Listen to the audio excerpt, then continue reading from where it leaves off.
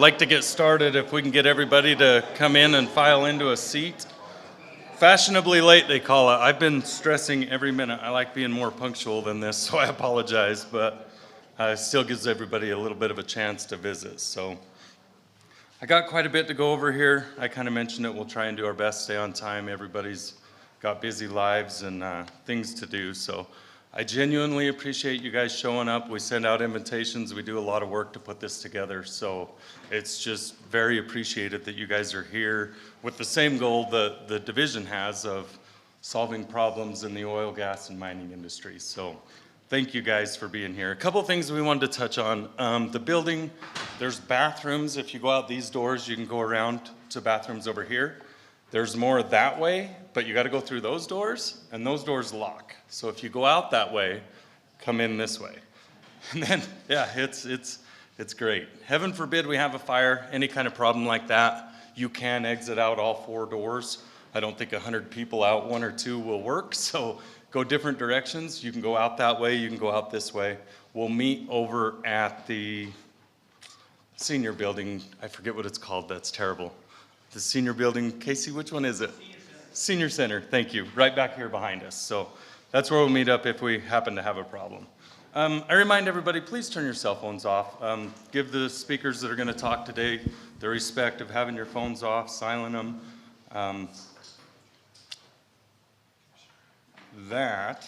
Along with that, CERTA is running their operations today, so be mindful of what they have going on. If they have clients coming in and out, people here, it's normal operation for CERTA. So, I mean, they've reserved this for us. This is our time, but just know that they're running their operations up front. So anyway, with that, welcome you all to the Carbon Emery Energy Collaborative meeting. My name is Travis Gray. I work for the Division of Oil, Gas, and Mining right here out of Price, Utah. I'm a field inspector. We've got a great group of field inspectors here out of Price. It's really nice to have that kind of state power, if you can put it that way, but here kind of in small town USA, you know, the governor's done a lot of work with pushing these jobs into rural communities, and I really love that that's the way they have this set up. We've expanded year after year, and we got more and more people, so it's just a great place to work, and I love regulating the oil and gas industry. So myself, along with the division, we want to thank Southeastern Regional Development Agency, this building where we're at. They've obviously provided the facility to host the collaborative. We plan on having most of them here unless some things change. This is a great place, and we appreciate what they do. Not only do they provide the facility, they provided the morning snack, and these guys, Jade Powell, Jerry Gamber, Paula Ingram, who probably has the coolest husband on the planet. These guys do a ton of work. They're partners to us, so we really thank CERTA for everything that they do. Our additional partners are both the Emery County Commissioners as well as the Carbon County Commissioners. I've been amazed at the support that we have from all of these commissioners. So I guess if I'm speaking to the industry, I mean, you have the county commissioners' support on everything, oil, gas, mining, production. These guys are behind it. They want to see it go. And it's amazing how much time and effort the commissioners put into things. So I see it behind the scenes. So I want everybody to know that. Those guys are a great partner. Dusty Monks is another one. He's with the office, the Utah Office of Energy Development. He's been a great partner from day one. Dusty brings immense amount of knowledge to the team. And we value his partnership. Like I say, unfortunately, I don't think he's going to be here today. You'll see him at future meetings. So if you have a chance to meet Dusty, don't skip on it. Bart Kettle, our Deputy Director of the Division of Oil, Gas, and Mining, also located right here in Price, is probably the biggest driving force behind these collaborative meetings. Bart also supports the oil and gas industry, and it's in his heritage. I mean, the guy puts more hours in. If you don't know where Bart is, he's probably working and he's probably at his office, and if you can't get a hold of him, he's probably on the phone with somebody working on something. So his hours are immeasurable, and that's an additional partner with everything we have going on. So I want to thank Matt Morgan in the back, along with Seth Majors. These guys are heroes at putting together all the video and audio, along with Jade and Jerry's help here, but They broadcast it, they do everything. These meetings are super successful because of those guys. So great big thank you to them. That's most of the thank yous that I had. We'll get into some of our speakers. I'm excited, we'll get to this later, but I'm excited to introduce you guys to our new director, Mick Thomas. Unfortunately, he's a little extra fashionably late. So he'll be here a little while later. We'll plug him back in, but Mick's awesome, and I'm excited to hear him speak along with everyone else that we have. So I would like to turn the time over to Stuart Clayson. He's with Utah Regional Growth Association, and if we can get him up here, we will kick this off. Again, one last time, thank you guys for being here. I appreciate it.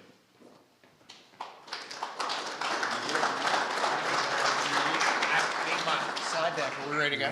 We're ready to go. Do I advance by hitting return?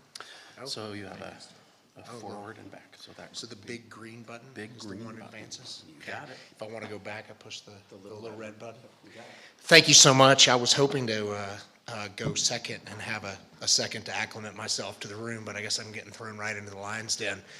Recognize some faces in the room, see some new. Want to thank DNR and the Division of Oil, Gas, and Mining for putting this together. I think this is a very productive thing to do, and I'm happy to be able to present. Since we started a little late, I'll kind of blow through, kind of give you guys a sense of what the Utah Regional Growth Association is. I like to move about, but I'm going to kind of be standing here with the microphone. Oh, I can? Well, there we go. I can pull it. Thank you, sir. As I was introduced, I am Stuart Clayson. I am work with the Utah Regional Growth Association. The Utah Regional Growth Association was officially founded in 2023. We became incorporated in the state and got designated by the IRS as a 501c4. This work that we do at the Utah Regional Growth Association officially started in 2018. It came out of the designation in the 2018, but in 2017, there was, at the end of the year, there was a major piece of legislation that included a program called the Opportunity Zone Program, which is a tax incentive to invest in underserved census tracts across the country. And my partner and I, Patrick Mullen, who couldn't be here, we thought there was a really good opportunity of aligning public-private capital in underserved markets, specifically rural areas. And it actually really started, we have a previous Emery County Commissioner and a present one who's sitting in the room, and it came out of work that we were doing trying to maximize the solar investment that was going on in Emery County and has been, in figuring out how, whether an incentive was necessary, and then if there's going to be a major capital investment, what can local communities do and how they can direct that into maximizing what their future opportunities are. We've advised on a ton of projects. We've helped create tons of quality jobs in rural areas across the state from northern Utah down. And our goal now, the reason we incorporated, is we see a major flaw in the market, and it's that private capital is not flowing freely to places like Carbon and Emery County. So why is that? And I think private capital is pretty simple. It wants maximum return for minimum risk. It's not good, it's not bad, it's just simple. So it's going to flow to areas that are established markets like the Wasatch Front. That's just a fact. Because you can build financial models, you can know what the return's gonna be, and you have a more formalized kind of institutional structures in which to engage. If you're trying to do a deal in Emery County, you kind of have to talk to the commissioners and know who to talk to and figure out how to put it together. What we are doing now is building the investment thesis to de-risk that capital so that we can have it flow into things like infrastructure, economic development, and affordable housing. That is our bottom thing, the focus on meaningful regional outcomes. CERTA has been a major partner in seeing the vision on this. I've already sung the praises of Jerry and Jade and their team. I want to reiterate, of the 7 AOGs in the state, this area has the most forward-thinking, innovative AOG of all 7. So we're leveraging past work that I alluded to. We got funding from the Trump administration to build the Opportunity Zone playbook that got delivered through the EDA through the rest of the country. We've advised on Opportunity Zone investment deals, and we've worked with things like the San Rafael Energy Research Center and solar projects, as well as the Inland Port. This is our board. At least one of the board members is in the room, Kent Wilson. We appreciate his service. And Jerry Gamber is our chair, the executive director. But I think we've really created a good blend of public-private partners. Stan Summers is a commissioner and box elder who's bought into the vision of the program as well, and we've done a lot of work up there. Carlton Christensen, who is the chair of the Board of Trustees for UTA. J.R. Howa, who some people from the area would recognize the name. The Howa name is a pretty big name here. He lives in Salt Lake City. He knows commercial real estate really well. Jeremy Lund works for Ally Bank and manages his family office. Roger Kilpack is a business owner in Millard County. Martin Ritter, who is the CEO of Stadler Rail, which is a major employer in the state. And then Karen Hale, who served in the Senate. She worked in many roles in local government. This is our staff, Jade, myself, and Patrick. And, the high level is building dynamic capital markets in the state of Utah. Really focusing on oh, hey, Jerry. You missed all the wonderful things said about you. Yeah. So what does that mean? This is a slide that I think is really interesting, and I think everyone in this room kind of align with this. Utah's interesting. You have 15% of the state's population is living in 23 counties. But those 23 counties represent 91% of the state's property, which is also 91% of that is, call it at best, 10% is private. So you have public lands issues, you have infrastructure issues, and then the other side of that, highly urbanized, 35% of the state's population is based in Salt Lake. That's also where the Capitol is, it's where the University of Utah is, it's where the International Airport is.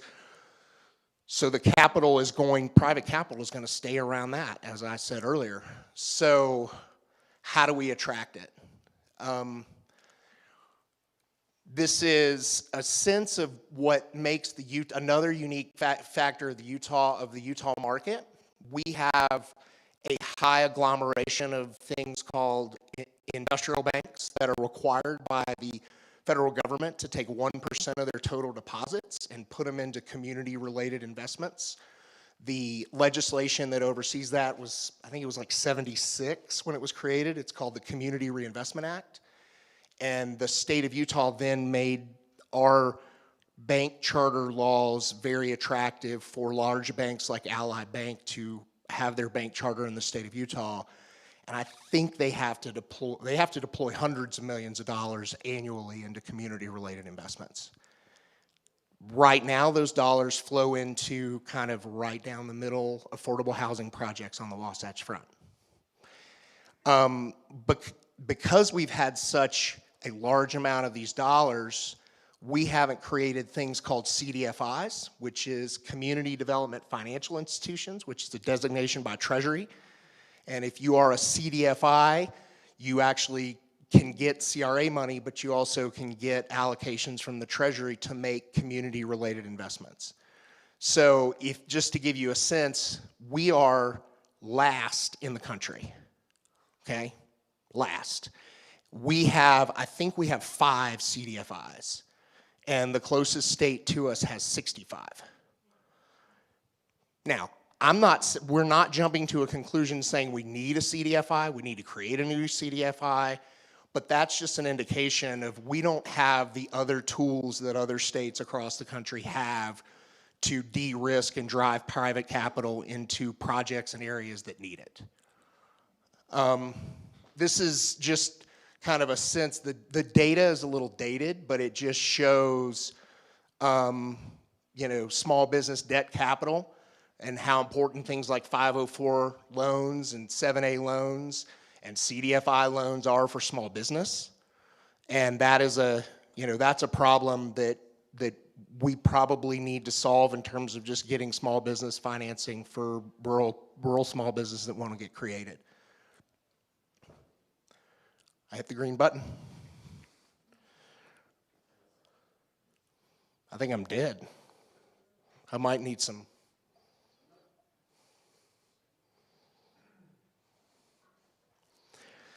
Okay, I got it. So this is, if this slide, to just break it down, this is kind of how, capital stacks are created when you hear things talking about capital stacks. So this upper section is just a traditional way of how capital stacks are put around projects, like a 100 subdivided lot subdivision to build housing in a place like Carbon County. Now that's not happening. So what are the things that are happening? And these things are happening nationwide, and we're going to drive those kinds of transactions here. So below the line, you have philanthropy investors, local incentives like tax incremental financing, and then national incentives like new market tax credits, HUD dollars, and things like that. The philanthropy side, we got awarded last year a very generous grant by the Larry H. and Gail Miller Foundation in order to build out the investment thesis for rural Utah.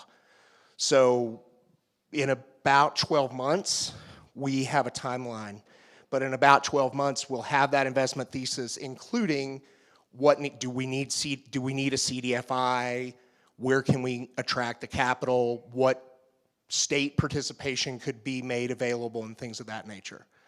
This is our process, though. We run this every time.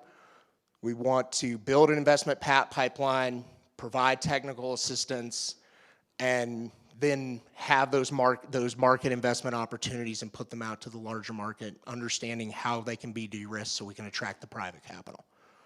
Where do we sit today? This is our vision and timeline. So 2023, funding, pilot programs, we created the 501c4. We're now in Q1 and Q2 of 2024. We are still providing technical assistance on initial projects, and we are outlining the overall investment thesis plan, and starting end of Q2 into Q3, we are going to be engaging and working with the community in drafting this investment plan. And then, Q1, Q2 of next year, we'll have the creation of the potential investment vehicle, and then we will roll out, kind of 2025 to the statewide growth and funding for projects. That is the extent of my presentation. If anyone has any questions, I don't know are we doing questions? Well, happy to take questions now, or at break, you can approach me and talk in further detail. I always wonder if I get no questions, if it's an indication if I did a good job or a bad job. So, thank you very much. Thanks for the opportunity.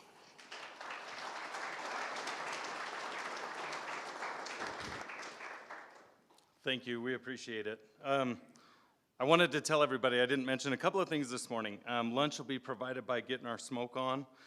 They'll be here. The whole lunch is gluten-free, excluding the roll and probably the dessert. So those guys will be set up somewhere right around noon. So let's face it, that's a big part of what everybody's looking forward to, lunchtime, right? It sits out there. So along with that, I'm asking a lot out of Caden Alderson, because there's three guys in the back, Casey Hopes, Justin Needles, and Chet Ingram. That's our rowdy bunch. So Caden, take care of them guys, okay? Make sure that they're in check. It's your job. Counting on you. That rolls us into, let's talk about the legislative wrap-up. There's a whole bunch of information to bring out to you guys on this. So we have 3 different speakers that are going to talk on this today. We would like to start out with Representative Christine Watkins, as well as Senator David Hinkins, in either order that you guys want to present. But with that, I really talked about the commissioners this morning and all the support that they have, and I'll tell you what, these 2 individuals sit right there with them. When it comes to state government, these guys are awesome. So thank you for your support. I'll turn the time over to these guys. We'll start with these 2. And with that, if you guys have questions throughout, I asked them. It's really a great opportunity to be able to ask these guys some of these valuable questions. So, that's kind of part of being here. If you have something important, and I checked with them. So feel free to interrupt, raise your hand, bring up the questions, and let these guys address them during their speak. So thank you, guys. You can ask the questions, don't expect the answers. A lot goes on up there in 45 days, and you're damn lucky to keep up with all of it. And so, and then come home on weekends and enjoy your kids and grandkids and whatnot and get back up there. So I'd like to introduce myself. David Hinkins, for those that are visitors. And I was born and raised in Orangeville. I grew up, went to Emery High School, and then I went to Utah Technical College in Provo in electrical automation technology. And so I was a trained electrician, and one of my best friends that was my roommate through college was John Houston. And so he and I lived up in Orem, and we got kicked out of the BYU approved housing, of course, the first month we were there, but had to relocate. And if you guys know John, he's a really good guy, and we had a lot of fun up there going to college. And so anyway, when I graduated from there, I was working for Marvell Electric, Jack Marvell, who was from Wellington, but he has that marvelous catering now up in Salt Lake City and the Orem area. And he was my boss, and so he moved to Wyoming to chase the oil and gas industry with his electrical business. And so I ended up moving back to, I moved to Carbon County. I went to work for the Horse Canyon mine at U.S. Steel for 3 years. And when they shut down the Geneva plant in Orem, of course, our mine wasn't really very competitive with the rest of the industry, so we had no market for our coal because it had been a captive market for U.S. Steel because it was metallurgical grade coal that had been going to mixing with Somerset coal from Colorado and going to Geneva. So my boss told me that we're probably getting laid off or shutting the mine down. So I got married when I was 21. I met my wife out in East Carbon. She's from Sunnyside, and so we'd been married a year, and they tell us that I'm going to be without a job, so I moved. I was 22, and so I moved back to Emery County. It was in May of 1976, and so I went over there and started an electrical business, industrial electric motor service, repairing the mine motors for the coal mines and power plants.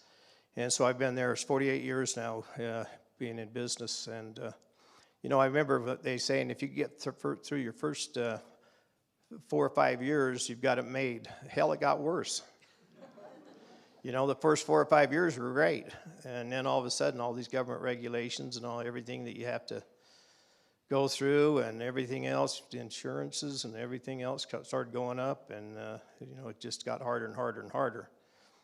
And so anyway, that's where I've been. And I ran for the Senate 16 years ago, well, 17 now, but I've been in the Senate for 16 years, and now with Kurt Bramble not going to run, he was number 1 in seniority, and I was number 2, so I'm number 1 in seniority up there now, so hopefully we can use that leverage to help fund some of our projects in Carbon and Emery County and southeastern Utah total.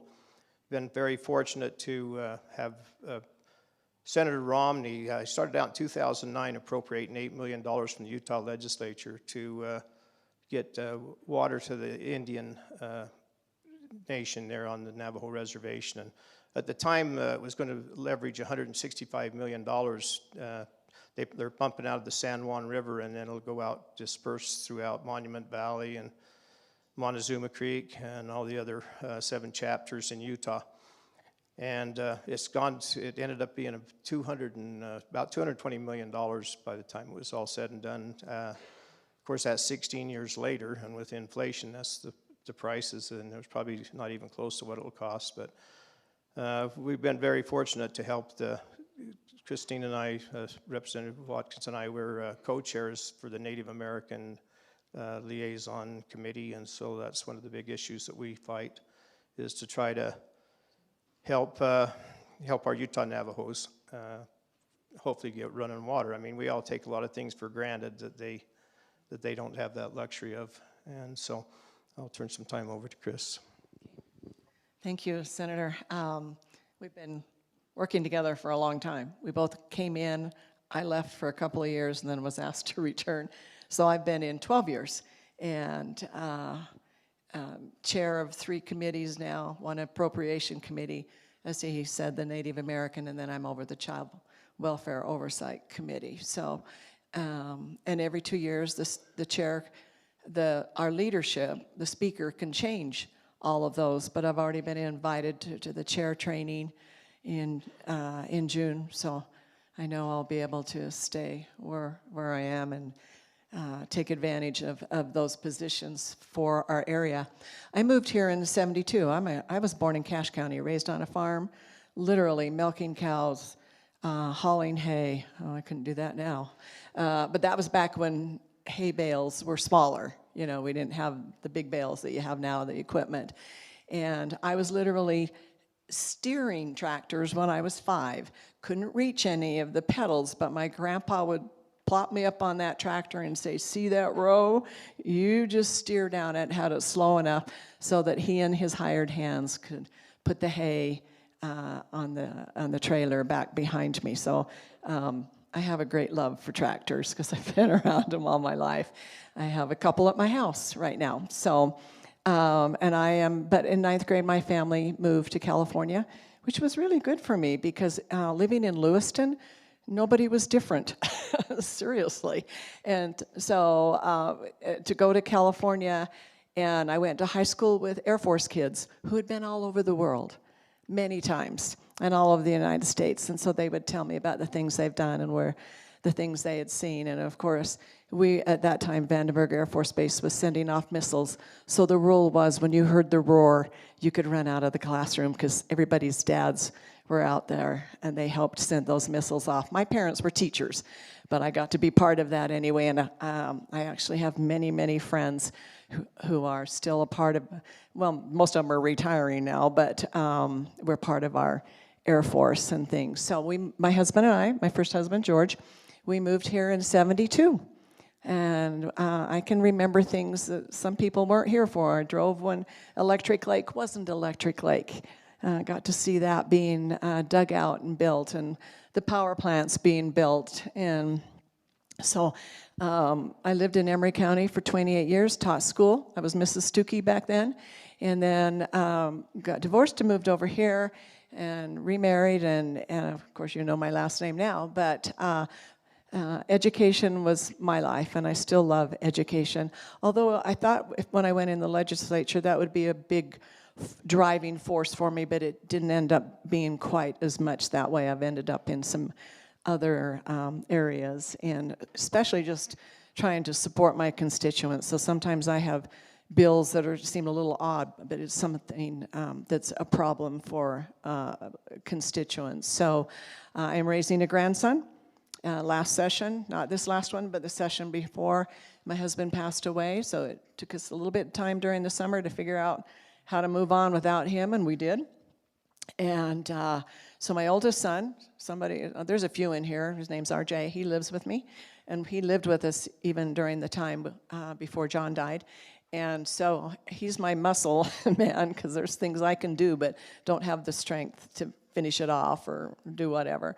And then Cedar's in 8th grade, and he loves it here. His mother lives in Oregon, and he does not like Oregon. Isn't that funny? Even as young as he is, he figured that was not a place for him. So I'm working hard to help keep our industries and businesses going here because I want him to stay here, and we need something for him. And so I know lots of people here, and I'm just telling you, I just think you're great. So we'll start. You want to start with one of yours? You know, we really do want to have industry and some jobs down here, but we sure as hell don't want the kind they got up in Salt Lake with all the traffic. You know, we want a little bit, but we don't want that much. I mean, we want to prosper, but not to the point that Wasatch Front has. We like our lifestyle and the way it is right now. And as I look around and see, we got politicians, we got coal miners, and you know, we've always kind of make fun of each other in a lot of ways, but we also get along really well. I got a story I like to tell, and it's probably a lot of people's heard it, but anyway, I'll tell it again. There was a guy by the name of Angelo Marinoni, Joe Marinoni and John Marinoni. They owned the Soldier Creek mine, and they sold out. They had a sister, Aurelia, that actually ran the mine, but she let her brothers think that they did. And she recently passed away. And so did John, but Joe passed away several years ago. But they owned the Soldier Creek mine, then they sold it out to Portland Cement, and it became Soldier Creek Coal. And they were really, really good guys, funny guys. And Joe's wife passed away, and so he married Mrs. Swayze over in Farron, and his real name is Angelo Marinoni, but he went by Joe, and he ran over there and became the mayor of Farron. And Mike Dimitrich, who was in the legislature, I replaced him. And he was talking to Joe, and he says, Joe, how in the world did a Italian Catholic become the mayor of Farron with all those Mormons, all them white Mormons over there? And he goes, well, on the ballot, he says, my name's Angelo Marinoni, and I think they thought it said Angel Moroni. And so he attributed that to being elected as mayor, but he was probably one of the best mayors that Farron ever had. And as you guys know, most of you probably knew the family, I'm sure. So I'm going to turn time. Chris has got a bill that she was very instrumental in getting. We started the Energy Center over there. We've been able to get some appropriations for it, and she ran a bill this year that was very successful. So we're going to. Okay, this is our Utah San Rafael research bill, and we had House leadership. I was really pushing a year ago our area. I mean, we always are, but we had some real big issues, and as you know, we still do. So I was really working it with leadership, and had one of them come down. Someone else invited them to come down and tour the research center, and this is someone that's in leadership that really is involved in venture capital business and with UVU, and he's just really a great guy. And he came down and realized the vision of what we had here, and that it was maybe going to go away. And so talked to leadership. They told me to run the bill. And Senator Hinkins had brought in a lot of money at the very beginning to keep that research center going and pay the bills. And so he was my sponsor. And so we did the bill, and the state of Utah is paying Emery County $2 million. They've got money in it so they can get their investment back. And then we found a fund that was supposed to be used for energy development that nobody was using. It was just sitting there that we had set aside money for. So we grabbed onto that. I worked a lot with the energy development department, of which we're going to be getting a new director within the next couple of weeks. And had the reason, there were 5 subs.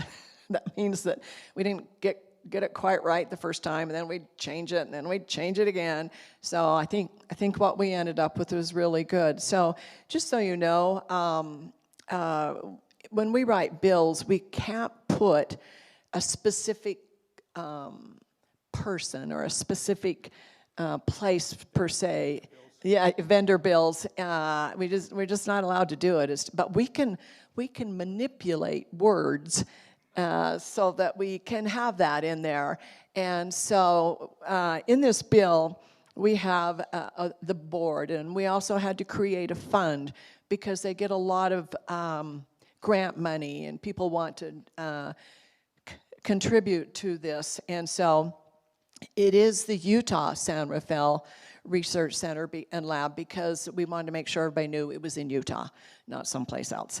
And so we have the president of the University of Utah, the president of Utah State University, and she's a nuclear force in herself because of what she's done and knows. We have the commissioner of higher ed who can be on there, and all of these can also be a designee.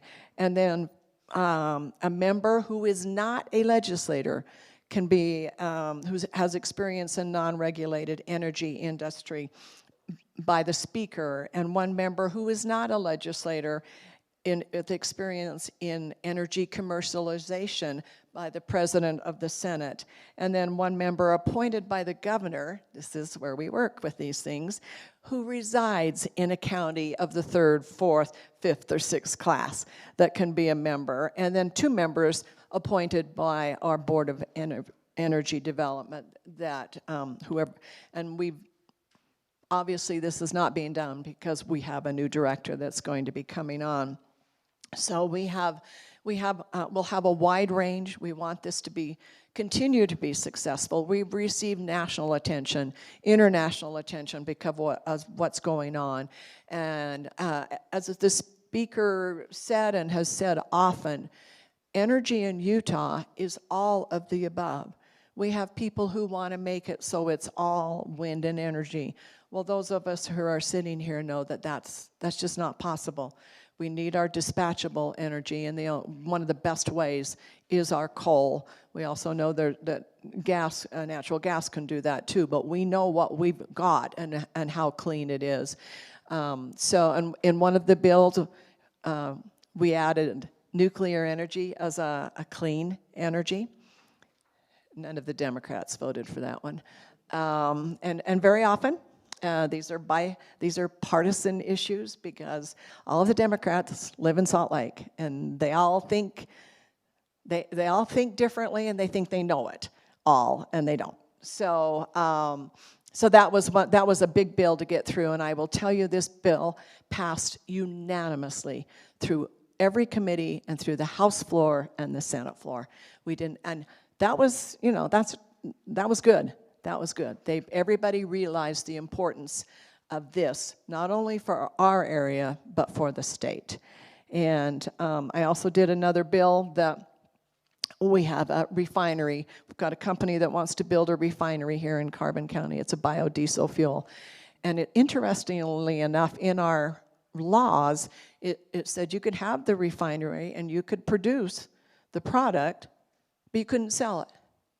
So it was like, what were they thinking, And so Mike McCandless came to me and said, we're about ready for this. We need this done. And we also changed some rules, some wording so that they could access certain funding mechanisms so that they could get the funding they need. That, too, passed all the way through the House and the Senate with the unanimous votes, which was a trick.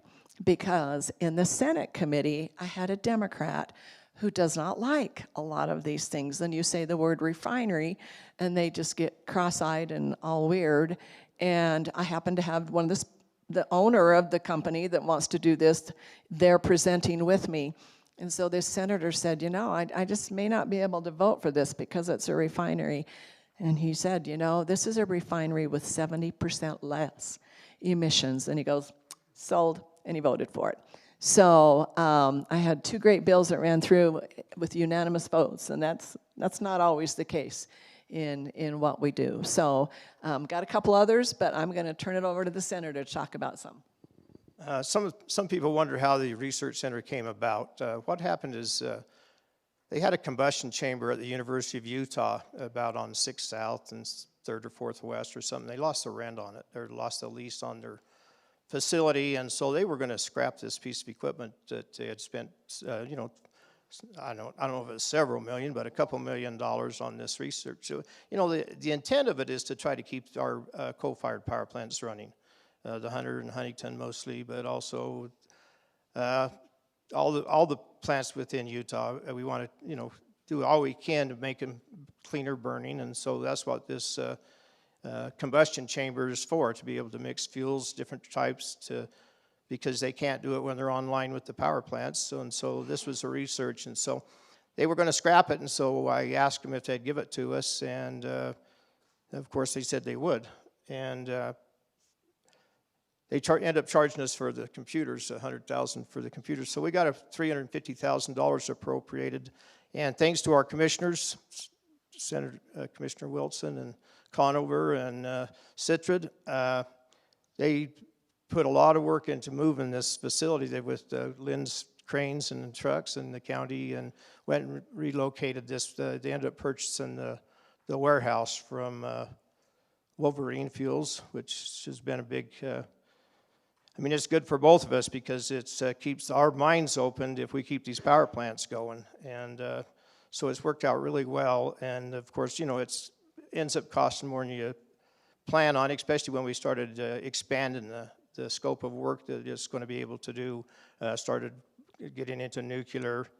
But I'm thankful that the commissioners, we could have never done it for the amount of money that we got appropriated, but because of their hard work and labor, we were very successful in getting it moved. And I see some of our employees up there were really excited to see this come to about. INL I've been up there several times in Idaho, and it's hard to get into there right now with projects. And so we're sitting at a really good time for our research center to be able to get these projects, and hopefully the state owning it now will bring more credibility to the facility, and eventually it could end up being an international or research center. So we're hoping to be able to create jobs and be able to have cleaner burning power plants and be able to keep ours operational. One of the bills that we ran this year was Senator Owens over he lives in Sanpete County, and is to try to be able to keep the IPP viable. And instead of closing it or scrapping it, try to sell it to one of these blockchain outfits that they won't have to use transmission. They'll actually be able to put their servers and all their data mining equipment on site at that facility in Delta, which would bring a lot of jobs in itself, but it would also keep the coal-fired plants running and hopefully burning Utah coal. And that's the whole intent of it. One of the other things we're working on, Wolverine is going to eventually lose the Richmond port in San Francisco. And of course, the port there, but we've spent so much time, we set aside $50 million thereabouts to be able to help with coal ports. And so we've been having to defend that money, trying to keep it in place, because the legislature, people in the legislature are trying to use that money for other purposes. But we really are going to need export. It's not just for coal, but for iron or iron ore out of Iron County and Cedar City. They need to have a place they can export their iron, since we don't allow too many iron plants in the United States anymore. We're just killing ourselves, and I know I'm preaching to the choir here. You guys are the reason that Utah is successful is because of the price of our utilities, and a lot of them are looking at coming here because of that. We have all the natural gas, the oil, and our refineries, and I understand, and I don't know for a fact, but I've been checking into this starting last week, that part of the reason that Utah's prices are going up is California has kind of closed a lot of their refineries, so they're limiting the amount of output that they can have on those, and so we're supplying fuel to California from our Ogden and Woods Cross area, those refineries, and so it creates a shortage of supply here in Utah. So of course, the shorter the supply, the higher the prices, and so you're competing against California that's paying $6 and $7 a gallon. And so you can imagine where like water flows to money, so does petroleum. And so the one that's going to pay the most money, so that's going to drive up the price here in Utah, because they don't want refineries in California, just like they don't want coal-fired power plants in California. They want them to be in Utah. As you guys know, in Moab, it's in my Senate district, and they had this cleanup for the uranium mill from Atlas Minerals, and so we've spent a lot of time getting that cleaned up. Well, all of a sudden, the city and the county are having a fight over what should be there. Some of them are saying, well, we should put a park out there. That's what the county council commission wants to do, is put a park out there, and the city and the county wants to do something different or whatever. Nobody's really decided, so they're asking me, well, what do you think, Senator? What do you think direction we should go? And I says, well, hell, that's pretty obvious. I mean, you guys want to be 100% green. I would say it'd be a perfect spot for either a solar farm or a wind farm out there. And of course, they went ballistic over that. Oh, we don't want, they don't have one solar project in Grand County, but they're the ones who want to be 100% renewable, but they don't want to even talk about it. And I mean, talk about hypocrites. I mean, and same as Salt Lake City. It's like, oh, we want to be all renewable, same as Park City, but I guarantee you tried to put a solar panel on a solar farm in their valley, and they come completely apart. Anyway, I don't want to get started, but anyway, we're going to open up for questions. Okay, just a couple of my favorite bills, and they weren't my bills, but we have a couple of representatives who are experts because they have run electric power plants and Garcane and down in Dixie Power. So they ran some bills that were just awesome. And one of the bills is that if the federal government said we had to shut down our power plants, and it's kind of worded, so that we get that. If you're going to shut down something that's providing power, you can't do it unless you have something ready to go online to replace that power. So we drew that line in the sand. We also had another bill by Senator Sandel, and I even went to him and I said, where did you get the idea for this? Because it was so intriguing and I just loved it. He got it from Canada. And what it says is we created a process in the legislature because we're always suing them. We have 60 lawsuits against the federal government for things that they want to impose on us. And so what he did, and he got this in Canada, so we have a process that if the federal government comes down, they say, we want you to do X, Y, and Z, and we're like, this is what we do in Utah, and this is helping our economy, et cetera. We have a process with a concurrent resolution where we draw that line in the sand again and say, nope, we're not going to do that. Sue us. Because then we don't have to put the resources in suing them. So that was another one of my favorite ones. And then we had one, and I've got someone here. What House bill number was that one?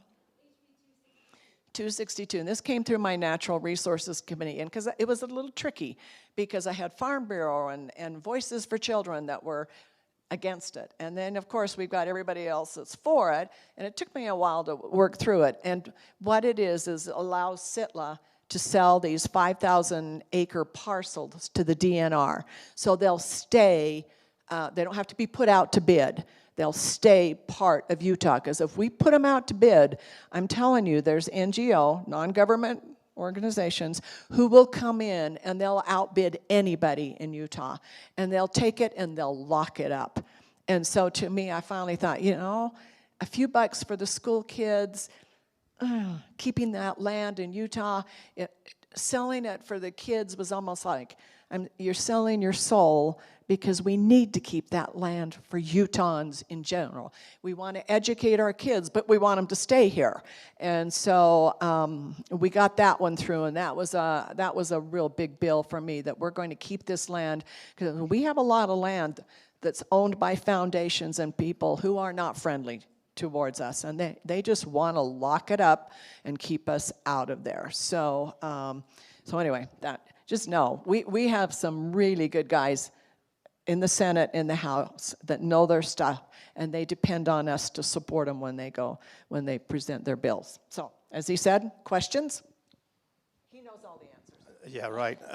One thing that Utah's always been in the top 5 of being the lowest rates in the United States. And Rocky Mountain Power, I mean, they've done a wonderful job sometimes I don't agree with some of their things because they're getting, from mid-America back in, comes from Midwest in Iowa and some of the things, but we're also in cahoots with Wyoming and Oregon and Idaho and Washington, Northern California in our district, in our region, and it's been pretty reasonable because we've been able to get hydro when the rivers are flowing, and it's dropped the price of our power in Utah. But Washington has always been number one as far as the low-cost producer of energy, as far as power, electricity. And but now they're going to be taking all these, I think 5 hydro units in the Klamath River in Northern California and Southern Oregon. They're going to be taking those out so the little fish can swim upstream, which they've already got. They've already got these locks and stuff where they can do it anyway, but for some reason the environmental community has convinced the Native Americans that they need to open this up so the fish can go back to their natural habitat. But what they're not realizing is these dams have been there for almost all these people's lifetime, and so they've built along the rivers. When they take those dams out, let me tell you what, they won't be there very long. They'll have houseboats floating down the river into the ocean, and so they're not thinking it out, I don't believe. And anyway, but it's been cheap, affordable power. They've been there for 50 to 70 years in some instances on that Klamath River. And the price of power is going up in Washington because they are taking some of the dams and the hydro units off the Columbia River and some of their waterways that they're having, so it's driving the price of their power up as well. So with that, I just want to thank all of you in the industry, because you're the ones that are making Utah a success.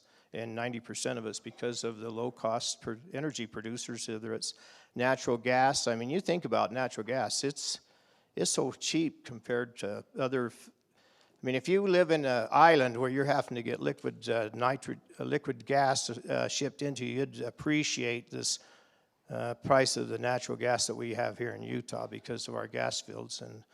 And it would even be cheaper if they would allow us to open up some of the BLM properties for exploration and extraction. And so we just keep encouraging our legislators, our congressmen, and our senators from Utah to keep fighting for Utah to allow oil and extraction in our western United States, because right now it's coming off it's making some individuals wealthy, which is great. We're all for that. They pay income taxes in Utah, but also for the Ute reservation, they're making a lot of money from the oil royalties, as well as the Utah Navajo Trust Fund. And so with that, we are open to questions. Anything that you want to yell at us or whatever. Yeah, I don't mind it. We appreciate all that you guys do, and we'll be around. And so if you want to ask us personally, we're open to that as well. So it's election year for both of us, so we're doing whatever it takes, to. Round of applause for these guys. Thank you. I like it when they speak from the heart, when they get talking about stuff that you're like, ooh, this is getting good. So I like that. Thank you, guys. We appreciate you, and you're obviously very passionate about what you do, so thank you both. With that, real quick, there's a list outside when we step out for a break in a minute. If your name is not on that list, please put your name on there, and if it is on, make sure it's spelled correctly or whatever. We want to be able to keep getting everybody invited to these, so check that list on your way out. And then one more with the legislative wrap-up. I kind of giggled at this, but state or government positions get really wordy, and I was teasing Natasha, but Natasha Baliff is the State of Utah Division of Oil, Gas, and Mining Legislative and Planning Coordinator. That I am glad that I don't have to write that every single time with something. So anyway, Natasha is with the Division of Oil, Gas, and Mining. If we can get her to come up, she has a few more things to talk about with the bills that have went on this year. So thank you. Do you want it in here? Either way. Okay. Hi, I'm Natasha Baliff. I usually just say Legislative and Planning Coordinator. It is definitely a mouthful. I do not want to get in the way of anyone snacking, so I will go quick. Also, I'm always happy to not talk for too long. So starting off, these are all bills that impact our Division of Oil, Gas, and Mining. So starting off, we have House Bill 295. This is a produced water amendments bill, and it addresses the use of produced water within oil and gas operations, and it allows, or it, you can do it without a water right requirement. So you can produce all the water, treat it as much, not as much as you'd like, but you can treat it and then put it back in. You don't have to get a water right for that. That one, we do have some rulemaking to do with it, and we have been incorporating it into our recycling facility rulemaking, which is currently out for public comment. If you're interested, come find me. I can get you the rule that we currently have out there, and then you can provide public comment. Moving on, we have mining operations. This is House Bill 353. And this one clarifies the difference between an amendment and a revision within our large mine notice of operation, or notice of intention to mine. And this one also moves the public comment period to the beginning of the division's internal review. So this one actually that bill went into effect yesterday. Before that, the public comment process was at the end, so the division would give a tentative approval, and then we would get public comments, and it just kind of felt a little bit disconnected. We wanted the public to feel a little bit more involved in the process, and also we do get really good public comments, and so we want to be able to incorporate that into our review and not delay the approval of mining. We also have House Bill 373, environmental quality amendments. We kind of got pulled into this one at the last minute, so it does two parts. First off, it addresses boards and commissions within DEQ, but then it also assigns OGM with producing certificates for pollution control facilities on properties under our oil and gases jurisdiction. So basically they'll go out there, say, okay, yeah, there has been a pollution control facility either replaced or one put there, and we'll check a box and then be able to issue a certificate from that. That one is actually currently in our rulemaking process, and so that should be something that goes out for public comment shortly. Moving on, we have House Bill 433. This is brine amendments, and this one allows for a designation of multiple mineral development within brine mining operations, and it also requires the division to study brine mining operations, and then to also report back to the legislature during the October interim committee meeting. This one we actually just had our kickoff meeting for this study earlier this week. And I believe we have a legislative tour coming up on May 21st for this, and we'll kind of show some of the issues that we're facing, and then that should be able to help in our study as well.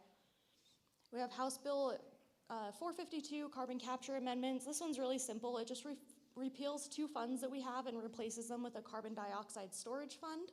And then it also allows our board to impose fees and then be able to deposit it into that fund. And then finally, we have House Bill 502. This is a critical infrastructure and mining bill.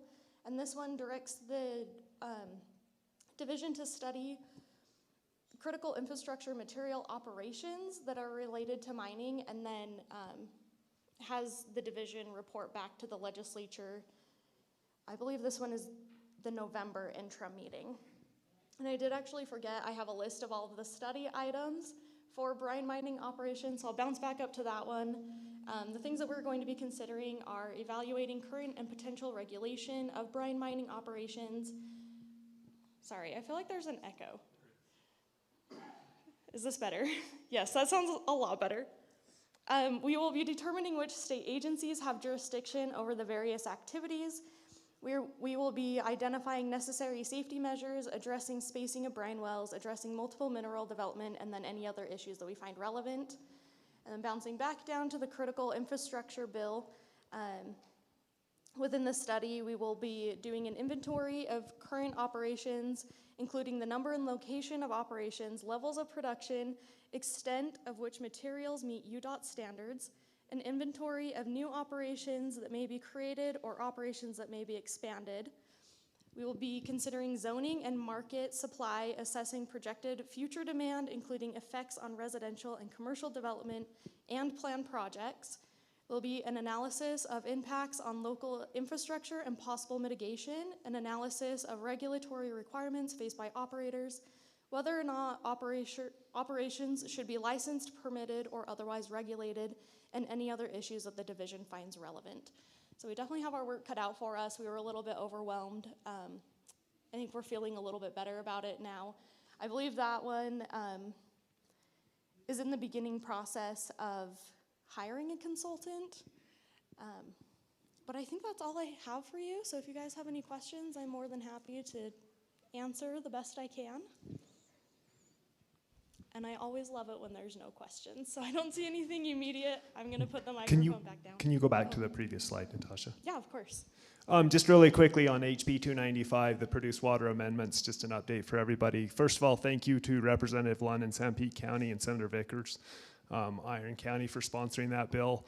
As some of you may know, I was born and raised in the Uinta Basin, and for my entire life, there's been a conversation about how do we use produced water as a more beneficial use, because it's just been a waste through this entire time period.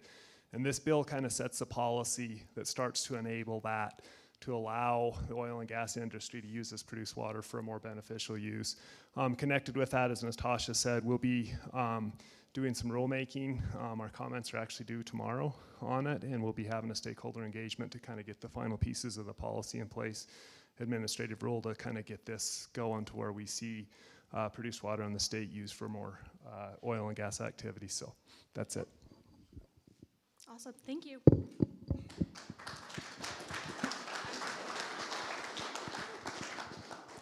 Thank you, Natasha. I want to squeeze in one more before we run to break. I'm excited to, let's see if we can make that work. Anyway, I'm excited to introduce this guy, not only because he's my boss's boss, but we're excited to have a new director with the Division of Oil, Gas, and Mining. We've worked with him a little bit for a few months now, and he's just been super awesome. Everything that we've done has been great. I think he does a great job publicly speaking. We'll let him introduce himself, but so for those of you that didn't know, John Baza was here as the director for nearly 20 years, and Baza retired, and that allowed us the opportunity to bring in Mick Thomas, where he comes from a similar role in the state of Idaho. So with that, Mick, I turn the time over to you. Thanks for being here.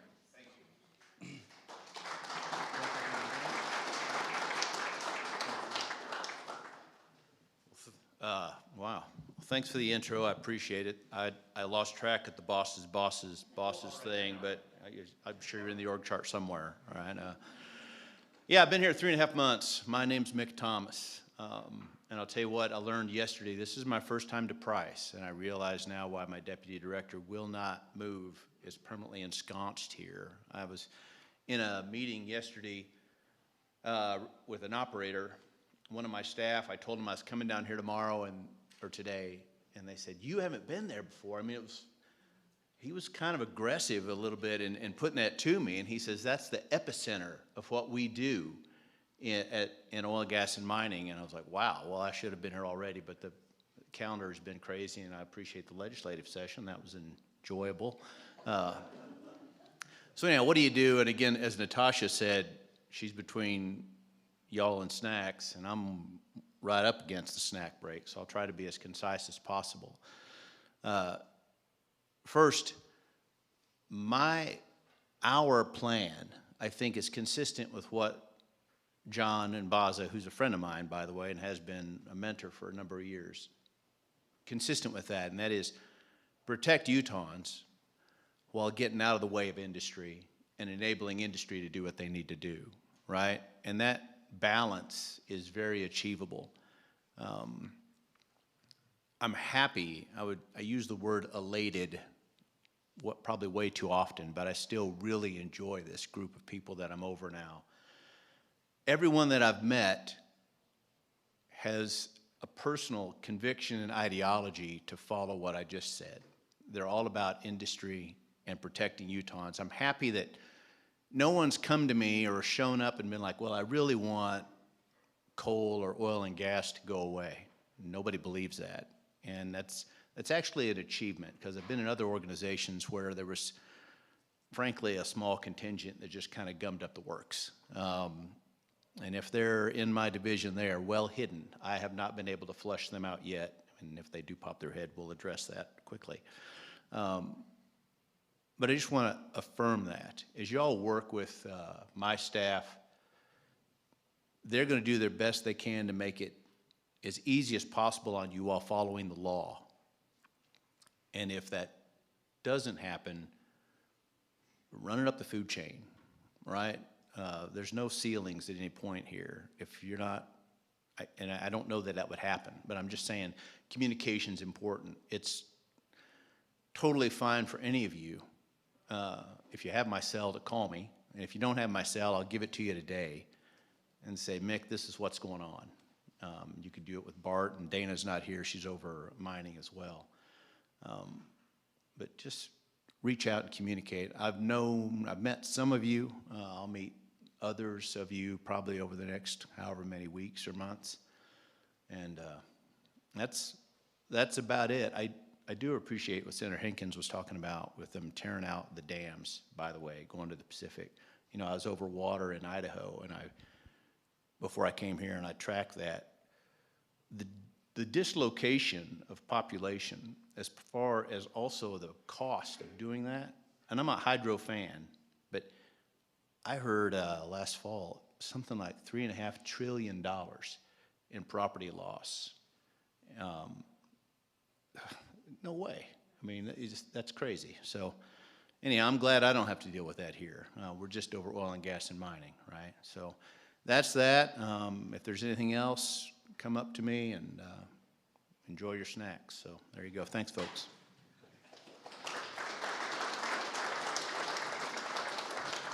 Thank you, Mick. That's awesome. We appreciate you being here. I'm not going to hold you up any longer. Let's take a 30-minute break. Big thanks to CERTA for supplying the morning snacks and everything that they've done. So we'll meet back here right around 10:35 if that works for everybody. Thank you.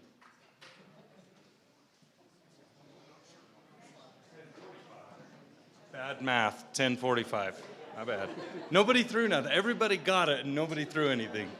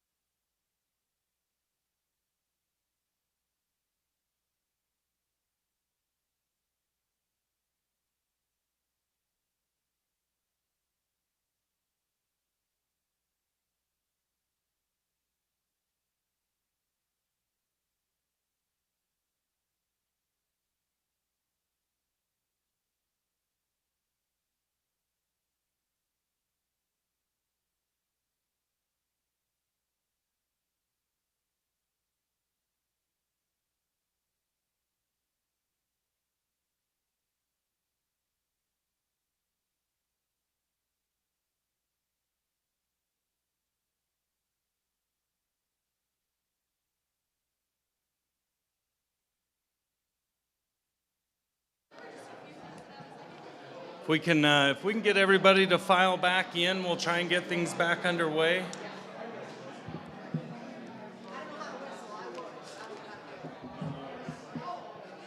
Gotcha. What do you think, Richard?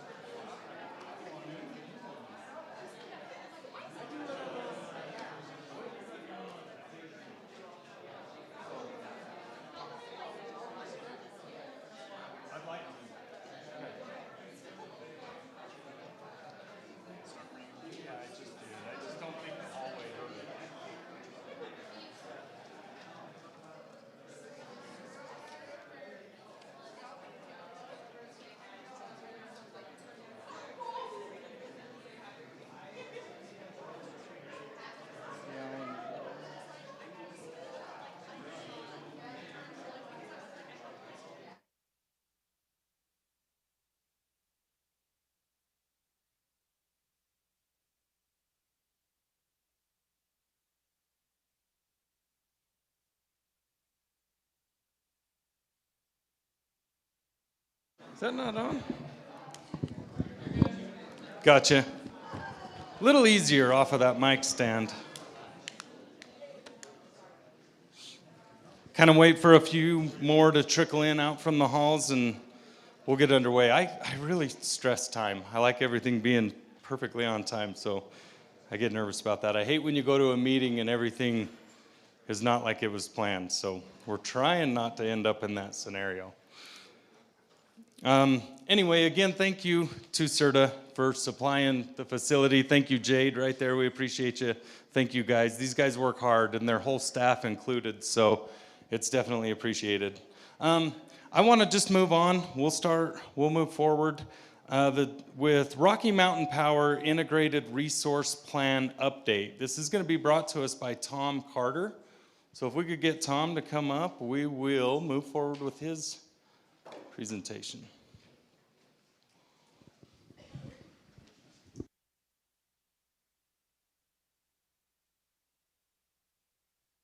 Good job. It's on. No slides. No slides. Because then I can say whatever I want, right? And those of you who know me know I'm a bit of a wild card. For those of you who don't know me, my name is Tom Carter. I'm the Vice President of Government Affairs for Rocky Mountain Power, the Rocky Mountain Power side of Pacific Corp. And it's good to be down here in Price today. It's way better to be in Price than it is to be in Salt Lake. Let's just say that truth. This isn't being recorded. Is this being recorded? No. Great, that's fine. I would say if we're recorded, is there press in the room before I tell everybody the truth? Because I don't want too much truth to get out in the newspaper. It is being recorded? Yeah, I thought you were. Okay. They filtered out? Okay, it's good. So, anyway, we're having fun. I want to talk to you about integrated resource planning, what it is, what it isn't, and what we've been through at Pacific Corp over the last couple years. For those of you who don't know what Pacific Corp is, Google us. That's probably the easiest way to know. Pacific Corp is the parent organization, the holdco for Rocky Mountain Power. We have two divisions within Pacific Corp, Pacific Power and Rocky Mountain Power.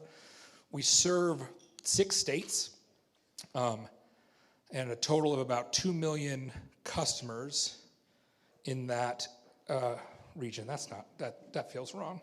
But that's about right. About 1 million of those customers are here in Utah. And by customers, we mean meters. So it's more than 1 million people. It's about 80% of the state that we serve here in Utah.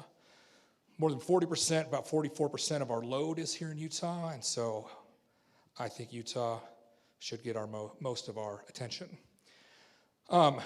We have a lot of generation assets. We have the majority of the transmission assets in the Intermountain throughout the West. And we also spend about $2 million a year in community outreach and community programs. And it's good to be a part of that. My role is in the Rocky side, so Utah, Idaho, and Wyoming. And then the Pacific Power side, we have Oregon, Washington and a little bit of California that we provide power there. This might surprise the people in this room, but the politics on the Rocky side and the Pacific Power side are very different. Thank you for that. These are the jokes, folks. They've been workshopped. I'm bringing you the quality stand-up material. And so that creates some division within the company. And that also creates some significant pressures with how we will operate our company. Every 2 years, we are, as we are an investor-owned utility, we have to provide what is called an integrated resource plan.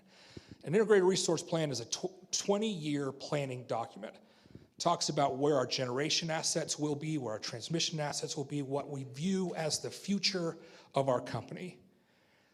And that's what it is. What it isn't is the Bible, right? What we say in these plans don't, frankly, rarely come to pass, but they do help set a horizon for us to look at the future. Usually the first 2 years are the planning and execution of those plans, but what we say in these planning documents are very important because it does send messages to the market, and it does send messages to our employees, and it does send messages to our communities. What goes into an IRP are assumptions and variables, and it turns into a best guess document. In May of 2023, we released an IRP that, for lack of a better word, ruined my life. And was bad for these communities because it accelerated the closure of the Hunter and Huntington plant from the late 30s to 2030. So between moving them up 8 to 12 years. Why, though? What were the variables and assumptions that went into that? Well, there were some West Coast politics, pressures that put in there, right? We know that Oregon and Washington will refuse to take coal power, fossil fuel power, around 2030. They just want to be out of it. Additionally, the federal government had proposed what is called the ozone transport rule, which said you have to shut down your coal plants or put on very expensive control technology by 2026. And that rule was really bad, is really bad. And so we had to put all those assumptions into our computers, stick them in there, and that spit out those closure dates, those accelerated closure dates.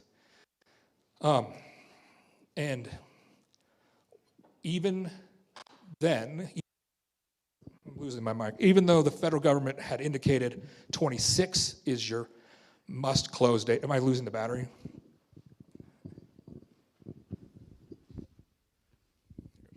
Even though the government happening, choke up on it. Okay, it's like I coach t-ball, and I feel like that's all I'm saying all the time. Choke up, eye on the ball, watch the ball hit the bat. Do not run, do not tackle. That's t-ball. It's great. Anyway. We had to put all those assumptions in. Even though the federal government is like 2026, you have to close, we were able to try and find a way to buy time by 2030. We recognized that this was not real, that those dates were bad. In fact, we even put that we were going to build nuclear plants at the Hunter Huntington spot by 2030. Now, look, we all like nuclear here. That timeline was impossible to reach. But we had to put real generation assets, dispatchable generation assets, hard generation assets to keep the lights on here. So that was May of 23. That IRP was a blast. In fact, I tell a story that I came down here for a legislative tour of the Hunter and Huntington power plants, and every single legislator yelled at me on that tour, which was good. It's good for me. I like that. It's fun for me. Had a great, but it allowed us to have some real strong internal conversations. Additionally, in the 2023 legislative session, they appropriated some money to the Attorney General's office to help fight the ozone transport rule, to litigate against it. And PacifiCorp, through PacifiCorp's parent company, which is Berkshire Hathaway Energy, we joined that lawsuit. So between the release of that IRP and the legislative session, and we achieved a stay in the implementation of the ozone transport rule. And with the judge, when he wrote the decision on the stay, said, I'm staying this because I believe you will win this lawsuit, and that this rule should not be implemented for Utah. And so that assumption went off the table for us, and making it so that the federal government isn't forcing a closure date on us helps change the math for an IRP. Additionally, we worked with the legislature on a piece of legislation that helped us in what we call the multi-state protocol. The multi-state protocol is how we, for lack of a better word, move the electrons between the 6 states. 20 years ago or more, when the Corp all got together, when we brought all these 6 states together, probably about 30 years ago, every state had the same energy policy. It was lowest cost, least risk, right? That's what we want. Everybody agrees, lowest cost, least risk. But about 10 years ago, maybe more, states started saying, yeah, maybe lowest cost, least risk, but I want to pick a winner and a loser when it comes to generation, especially the west side states in our system. Right? We talked about this. Senator Hinkins and Representative Watkins talked about that. Like, I'm the state of Oregon, and I say lowest cost, least risk, but really what I'm saying is, in fact, they don't even say lowest cost, least risk anymore. What they say is, we want this type of generation, and we don't care what it means. I was the energy advisor to the governor when they passed the Clean Fuels Act cutoff date in Oregon. And I remember when they passed that law, I picked up the phone and called my counterpart in Oregon. I said, hey, big law, congratulations. What's your plan to be out of fossil fuels by 2029? And her response was, no plan. I'm like, oh, that makes me nervous. So, well, what are you gonna do? She's like, well, I figure if we just draw a line in the sand, that'll force the innovation. I'm like, oh, well, I'm not a scientist. I tell jokes. I don't think that's how science works, but okay. And I hung up the phone and got very nervous for the people of Oregon. So this bill that we believe was a very instrumental piece of legislation basically said this compact around that was set up 20, 30 years ago, the lowest cost, we all agree the lowest cost, least risk is the best idea, is broken. And Utah needs to say what they believe is the most important.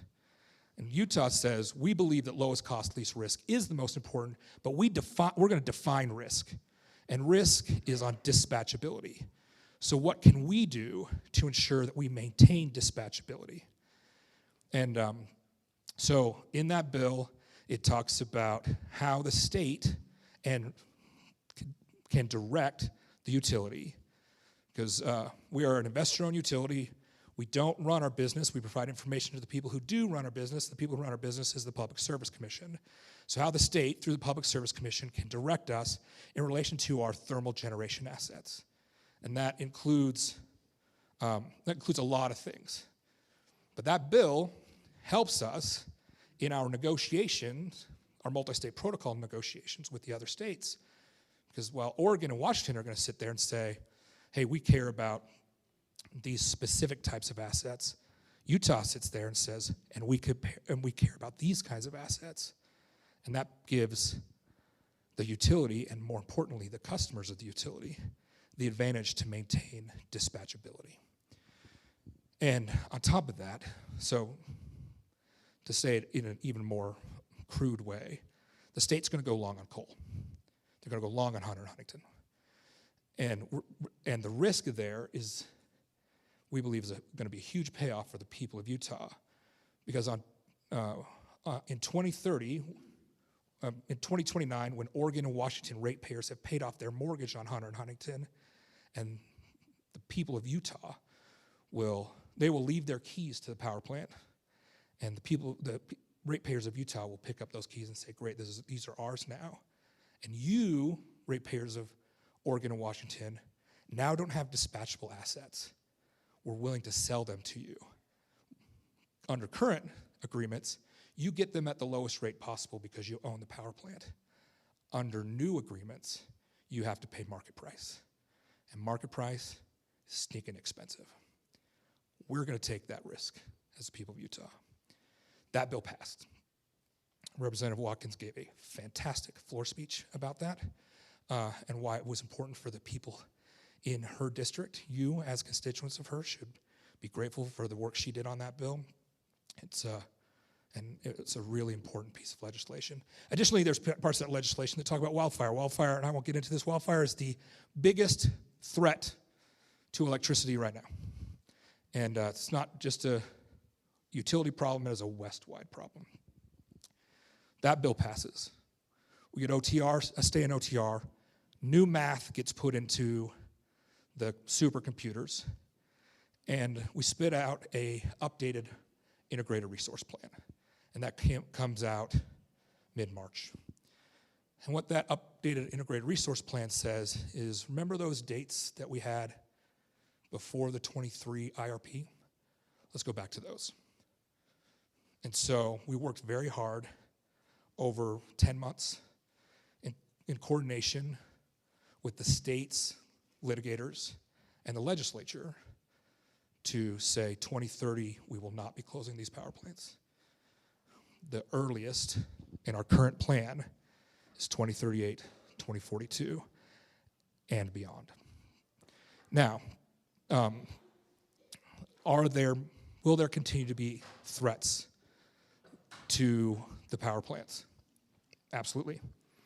The federal government announced new EPA rules last week. And they're not shy about what they are. They're like, we're gonna make it impossibly expensive to run a coal plant. And so your choice will be spend a bunch of money, take a huge risk, or close the power plant. And we believe that our continual litigation strategy against the federal government, and also using the bill that'll say we're just gonna ignore the EPA and you can sue us, will be successful in maintaining these power plants. I think that at the end of the day, as we continue to do our long-term planning, the direction that we've received from the state of Utah will help maintain dispatchability here. And maintain dispatchability for the state of Utah is not only important for the residents of Utah, but will keep the economy of this region of the state humming. It also, and I will say this, it will also buy us time to figure out what is next, right? Like, everybody loves to tell me how much they love wind and solar, and wind and solar's great, but it's not dispatchable. It's not firm. I can't run it all the time. You're going to hear about important breakthroughs on nuclear energy. We love nuclear energy. We're working on a nuclear power plant in Kemmerer, Wyoming right now. But there's no fuel process for us currently right now for what the partnership we're looking for. And I know that our friends down here are looking at other and different exciting fuels. But I can't build a nuclear power plant in 5 years or even 10. So I need time. And I need access to fuel. Yesterday, the Senate passed another bill banning, which we support, banning the access to Russian fuels for nuclear. And that is an important step, because Russia is not our ally, but they're the ones that have the fuels that we need, because the feds won't let us drill for fuels here in Utah or in the West. I'll leave with this, and I'll close with this, and then I'm happy to answer questions, or at least dodge your questions. The U.S. Secretary of Energy was in Salt Lake last week, so we had a chance to talk with her a little bit. And she made some announcements about transmission, and we all love transmission. We agree transmission is really important. But she did ask us about our clean energy goals. And we said, look, if with this caveat and this caveat and this caveat and this caveat, we could probably get there by 2050. And her response was, well, the president wants to get there by 2035. And our CEO just looked at her and smiled. Because that's great that you want to get there by 2035, but we want to keep the lights on. And right now, those two things do not mix. And so we appreciate the partnership we have with the state of Utah, and not more importantly, but equally as importantly, the relationships we have within these communities, because those two things help us in making decisions about what's the best way forward. That's all I've got. Questions, comments, jokes, gossips? Sure, questions, here we go. Yeah. Give me just 1 second, I'll get you a mic. Thanks, Tom. Chris Groff at Gen X Energy. You mentioned the EPA rules around coal. What's your view on the EPA rules for new natural gas plants and the carbon sequestration? Do you think that'll stay? I don't. I think CCUS, we like CCUS, but I think CCUS, both those rules, now let me just caveat, because of course this is being recorded, so let me be careful with what I say. Clearly I wasn't careful with what I said when the first 20 minutes of this. So CCUS is great, unproven, super expensive, right? And we're still pouring through those rules. They're super long, super integrate. They're super complex. And I'm not a lawyer. I just like to put that out there. So let me just give you my legal thoughts as a non-lawyer. But the CCUS rule says that CCUS is the best available technology. Well, we will win. I believe we will defeat that rule based on that phrase alone, because it has not been successful, and it's not best available, and it's super, super expensive, and it hasn't been successful on a long term on a commercial scale. Now, look, we're working on CCUS programs on some of our plants in Wyoming, but we've got to make sure this is economic. And also, let me just, after saying all those things, I guess the best answer is I don't know. I think we're going to move forward with trying to keep this as affordable, the power as affordable as we possibly can. How was that for dodging that question? Yeah. Sure. Dr. Fry. Tom, thanks for your comments. You answered a whole bunch of my questions, and I appreciate it. I have one interest to know, what is the appetite within PacifiCorp to leverage billions in available dollars from the federal government to help with that planning for what's next? Or is it something that PacifiCorp just wants to decide yourselves? I don't know. I don't. That's a great question. I don't know. I think that oftentimes when you take federal government money, you have to do federal government plans, and so I think the best way for me to answer that question is I don't know. I'd rather say I don't know than guess. So happy to find out.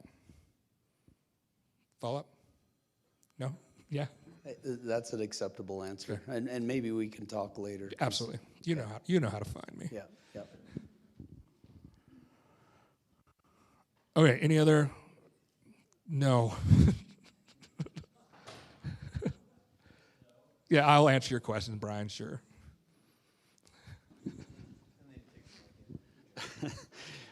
Tom, would you mind talking to the group here about the really good provisions in SB 224 about long-term coal contracts and long-term coal storage?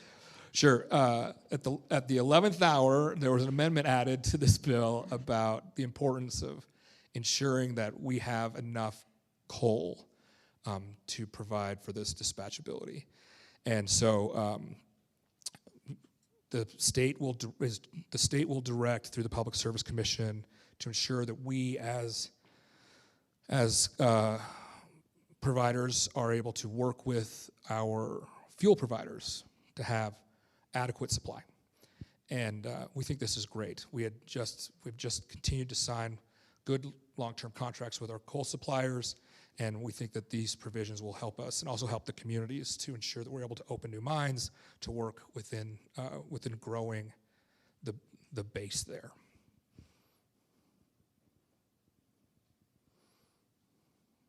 I will tell you this, my last thing, as I was leaving Salt Lake this morning, I was behind a Chevy Volt, right? That's an electric car. And they had a bumper sticker that said, "I love fossil fuels." I'm like, this guy gets it. This guy gets it. My car runs on coal.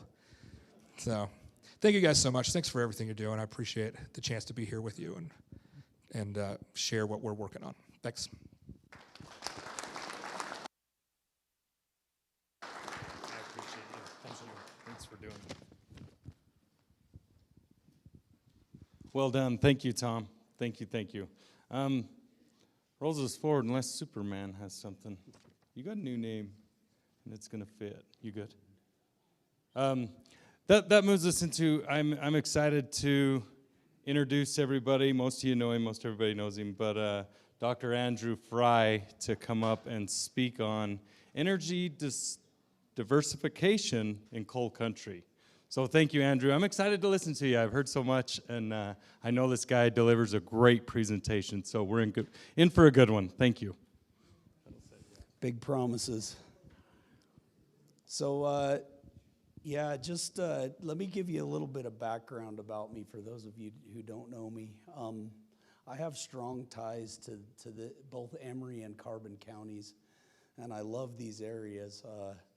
I lived in Price from the time I was 15 to about the time I was 27. I spent 7 years working in the power plants.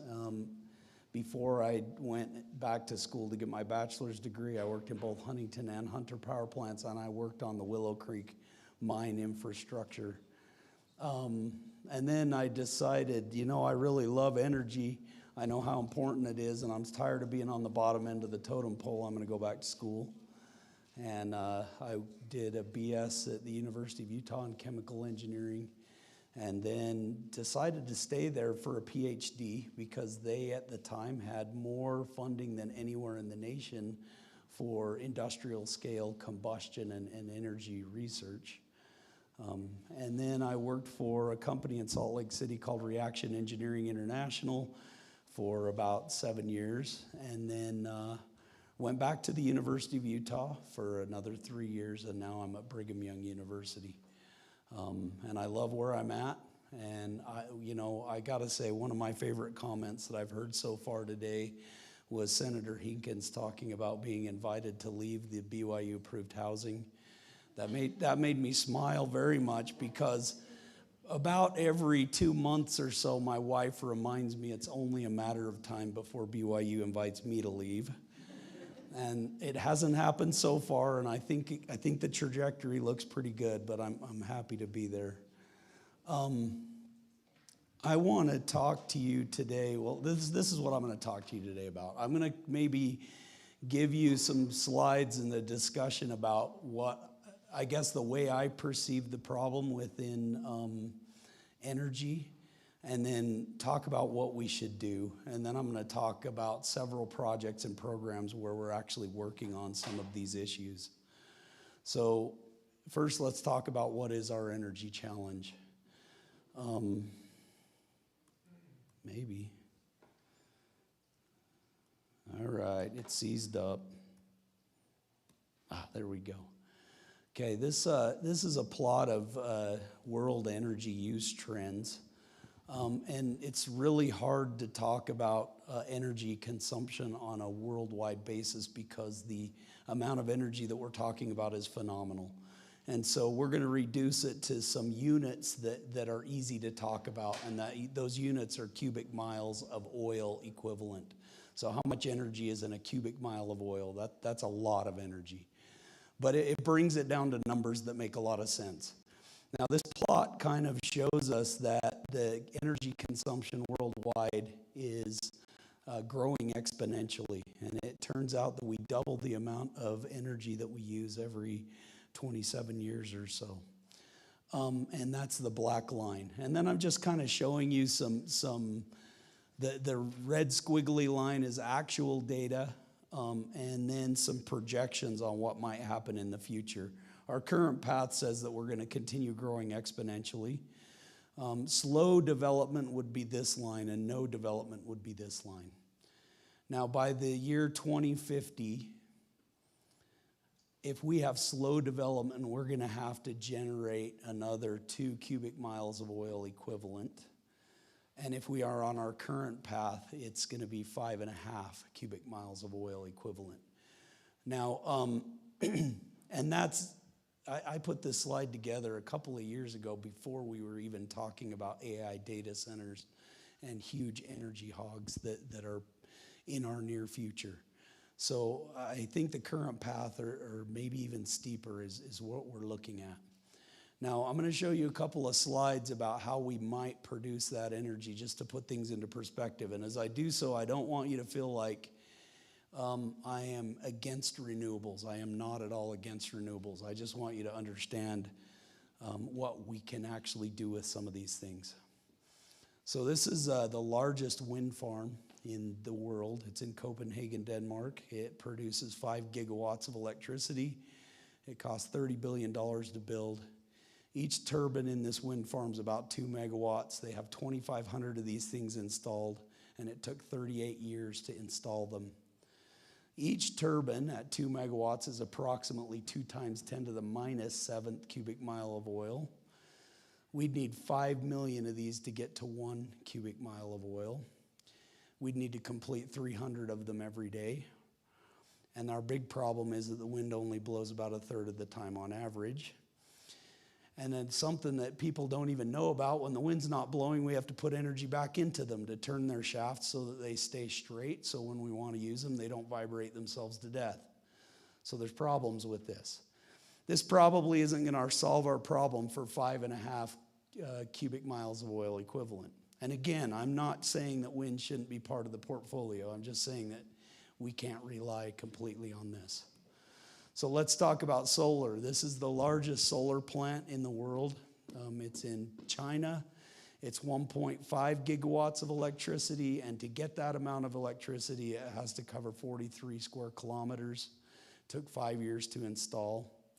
So each meter squared gives us 1.8 times 10 to the minus 12th CMOs. We need 55,000 square miles of these to get to 1 CMO. And it requires large-scale storage because it only makes power when the sun's out. And that doesn't match our demand curve. Another problem is that it's expensive. It uses rare earth metals, and we have a limited supply of those. And it turns out that the people who have the supply of those are not our friends. And we have to really pay attention to when it makes power and how to integrate that into our grid. And it causes people like Tom's company big headaches in figuring out how to deal with the supply and demand when you put a whole bunch of solar onto the grid. Just so you kind of know, here's a map of the US. This is what 55,000 square miles looks like. That's probably not going to happen, right? Okay, hydroelectric. Hydroelectric's a great way to make energy. It's cheap, it's clean. This is the largest hydroelectric plant in the world. It's Three Gorges Dam in China. It's 22.5 gigawatts of electricity. So this is, I believe, also the largest power plant in the world. It cost $30 billion to build. It took 17 years, and it displaced 1.3 million people. That's not going to happen in the US, right? Not at all. Each dam of this size is 0.003 CMOs. We'd need 300 of these to get to 1 CMO. We'd have to build 1 dam every 2 months.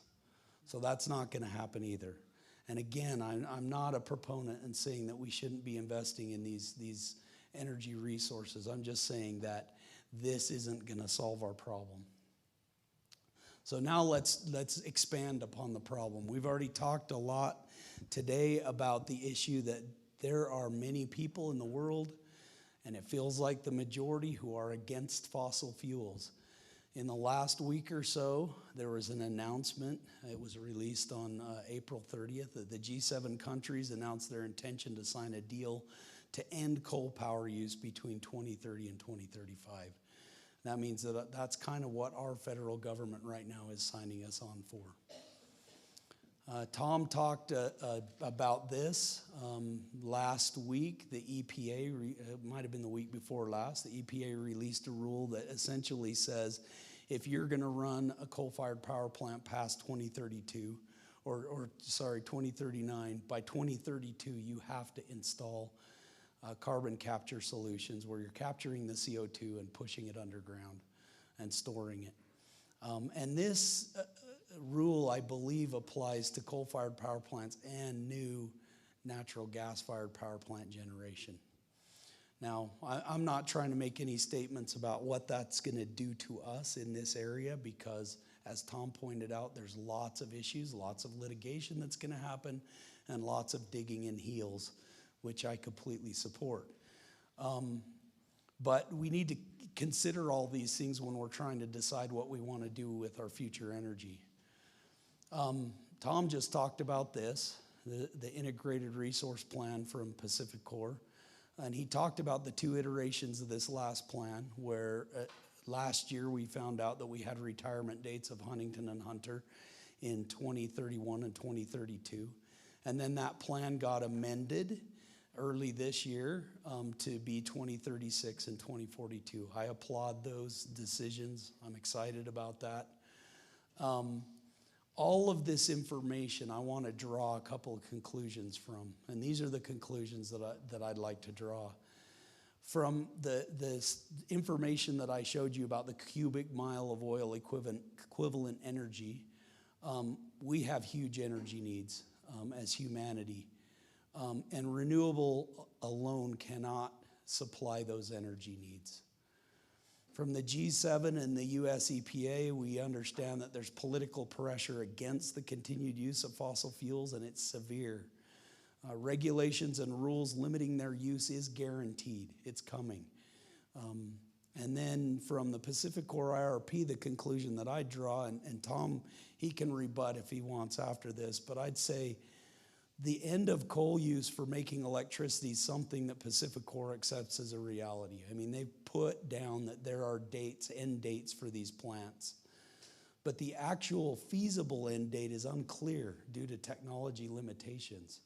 And that kind of became important to me when I saw that initially they wanted to commit to replacing coal with nuclear, and then having the realization that nuclear isn't quite ready. The things that we want to do with nuclear isn't quite ready. And to me, the differences in the IRP also kind of indicate that they feel like fossil fuels are still needed in the near future. So what should we do? And I'm going to suggest to you that there's 3 options that we can do. And what do I mean by we? I'm talking about the residents of Carbon Emery County of Utah. What should we do? So one option is we could accept the new hand we've been dealt and just say, whatever, you guys decide. I'm not a proponent of that. Please know. The second one is we could dig in our heels, and both Tom and Representative Watkins talked a lot about digging in heels, and I'm totally supportive of that. That's a great thing. We need to stand our ground. But that's not what I want to talk about today. I think there's a third option. We can guide the direction of energy transition to be in our favor for these communities. And I'm going to talk about some ways that we can do this and some ways that I've been trying to do this in the last several years. And a lot of what I'm going to talk about is very much tied to the Utah San Rafael Lab, which you've heard a little bit about, and I'm going to explain some more.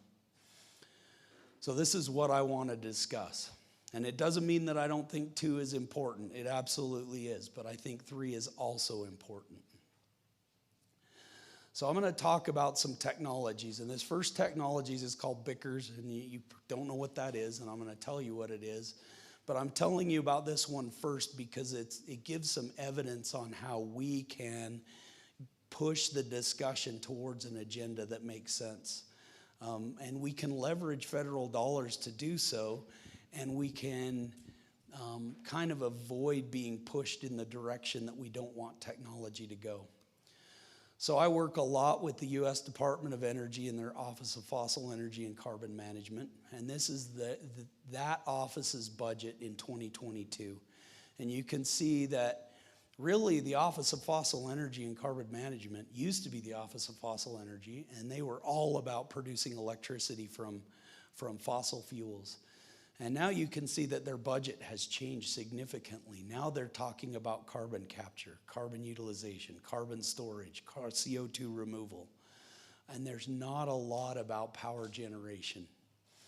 And if you look on the right side of that plot, you're seeing really all those things related to carbon removal. I want to focus on the one that's CO2 removal. In 2022, their budget was $63 million for that. In this year, they announced that their budget is going to be $3.5 billion for that. And so let's kind of look into that and see what they think they mean by CO2 removal. What is that? The vast amount of that money is going towards direct air capture of CO2. Essentially where we build big machines that are going to take air in from around us. I mean, we'd build a big machine out in the field and it would pull air in and it would separate out the tiny quantity of CO2 that's in that air. And I'm talking about 420 ppm about. And then the CO2 that's captured would be pressurized and pushed into geologic formations underground.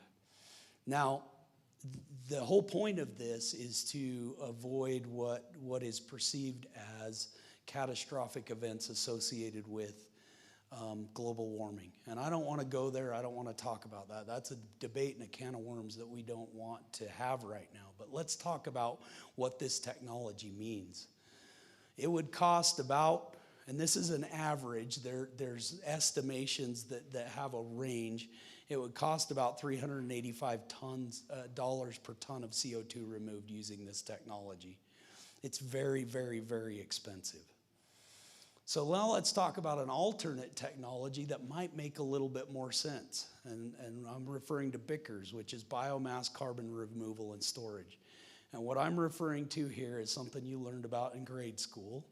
It's using photosynthesis to pull CO2 out of the atmosphere and then process it for long-term storage. So how can we use or utilize or leverage nature's way of taking CO2 out of the atmosphere? And can we do it in such a way that it is both sustainable and much, much cheaper than the other alternatives? And yes, we can do that. What I'm showing you here is, I hope you don't mind, I'm going to point on this side. No, maybe it's not. Let's see here. Oh, yeah. This is biomass. This is plant matter that we can grow. We have to be very careful about the type of plant matter that we choose because we don't want to push this technology in a direction where we're doing deforestation. Instead, we want agricultural residues and energy crops that can be grown on a yearly cycle. Well, as we grow these things, we suck CO2 in from the atmosphere to produce these plants. We can harvest these plants, we can mill them, we can take a coal-fired boiler that has recently been shut down because there are hundreds and hundreds of those across the United States, and we can make some small conversions on that unit so that it can handle this biomass. We can fire it, and we can produce power by doing that. Now, that's great, that improves the economics, but what did we do? Well, we pulled CO2 in from the atmosphere, and then we burned this material and we liberated that CO2 back into the flue gas. But instead of 420 ppm, we're probably more like 12 to 15% CO2. That's way easier to capture, much more economic. We build a plant on the back end to capture that CO2. We push it into a well underground. And what I'm representing here is an actual proposal that we made to the U.S. Department of Energy for this technology to demonstrate it in the Orangeville area near the Utah Santa Fe lab. And it turns out that, Yeah, the cost of this technology is less than $100 per ton CO2. So I guess what I'm saying, and what I'd like you to take away from this, is that if we actively engage in the process of research and developing and pushing the direction where our energy technology goes, we might come up with much better plans than what the DOE's agenda is. So instead of building these big machines to do a process, there are better ways. So this, we just finished this proposal. It went to the US DOE last month. There were 7 million federal and 1.75 million cost share, which all came from industrial partners that are ready to commercialize this technology and start buying up used, shut down coal-fired power plants and converting them. And our purpose will be to prove this technology at pilot scale to attract investment for full-scale implementation. And those are the partners that I'm working with on that proposal. All right, the next thing that I want to talk about that we're working on is I guess it's a funding source available from the federal government through the DOE, and it's called Energy Works. And this is another evidence that there's, I guess, room for us to work and to help decide the direction that energy technology goes and still leverage federal dollars. Let me just talk more broadly about Energy Works. Energy Works was suggested to me by some people that I work with pretty closely in the Department of Energy. They asked us to submit a proposal. Wasn't too sure how that was going to work. As I read the solicitation, it looked very political. It didn't look very technical. And the dollar amount was fairly small. I wasn't that interested. But they strongly urged me to engage. And so I worked with both Jade and Jerry. And we put together a proposal and submitted it and won an award. And what I didn't realize was that was a selection process to be eligible for huge amounts of federal dollars in the future. And let's talk about what those federal dollars are for. The objective of Energy Works is repurposing of coal-fired utility assets. And I put a whole bunch of words up there. I don't expect you to read them all. Let me show you the ones that I think are important. Capacity building and workforce development planning in communities that host existing energy assets that have retired or are slated for retirement. Okay, that was much more potent when we were worried about PacifiCorp's previous IRP. Now it isn't as worrisome, but certainly we are a community that has coal-fired generation capacity, and we should be concerned about what that looks like far in our future and how that's managed and how we transition to other energy sources. There's an emphasis on workforce development oriented around productively and sustainably repurposing such assets and ensuring efficient transformation of the energy system while prioritizing labor and community engagement. And that language kind of indicates that the government's willing to listen and potentially fund ideas that may not be exactly their agenda, but fit better with community priorities and needs. So how might we leverage Energy Works? I think it's very apparent that baseload power generation is necessary. We're talking about dispatchable energy again. Infrastructure around Huntington and Hunter plants are extremely valuable. The transmission lines, the water rights, all that. So those locations are ripe for investment in new baseload technology, and that could be nuclear, it could be fossil fuel with CCS, it could be something completely different. But it would be silly not to understand that there will be something at those locations in the future. Hopefully it's coal for a long time, as we've discussed already. But if it's not coal, something else is going to be there. And Energy Works is the conduit for $65 billion in future federal investment, which we're kind of in line for. So we kind of have to decide what our priorities are and what we want to tell the DOE we want to do with our communities. And I'm poking Tom a little bit here. and hopefully to engage with the utility and help make some decisions to make this beneficial for us as communities as well. All right, I'm going to kind of shift gears and talk about some of the existing projects that we have. First, I'm going to talk about supercritical CO2 power cycles, and I'm going to zoom right in on the Utah San Rafael lab. For those of you who haven't been there, that's Orangeville. That is kind of a satellite image of the facility out on Cole Hall Road in Orangeville. And this is one of the two buildings that we have there that's devoted to fossil fuel research. This is the L-1500. This is the reactor that Senator Hinkins was talking about getting from the University of Utah and bringing down to Orangeville. For many, many years, I have worked with this facility when it was at the University of Utah. And then I helped the movement of it down here, and I've been stacking up projects on that facility to help, develop alternate technologies that can utilize our coal-fired power plants. And just for the fun of it, this is what flame looks like in that facility. It fires at about 400 pounds per hour of coal, which is about 1.5 megawatts thermal. And this is kind of what that reactor looks like as it's installed. Now let me talk for just a second about how we generate power with those kinds of resources. And I'm going to get a little professor on you, but I think it'll be okay. This is a picture of Hunter Power Plant. It uses this power cycle that I'm going to talk about. This is a picture of the Diablo Canyon nuclear facility in California. It also uses the same power cycle.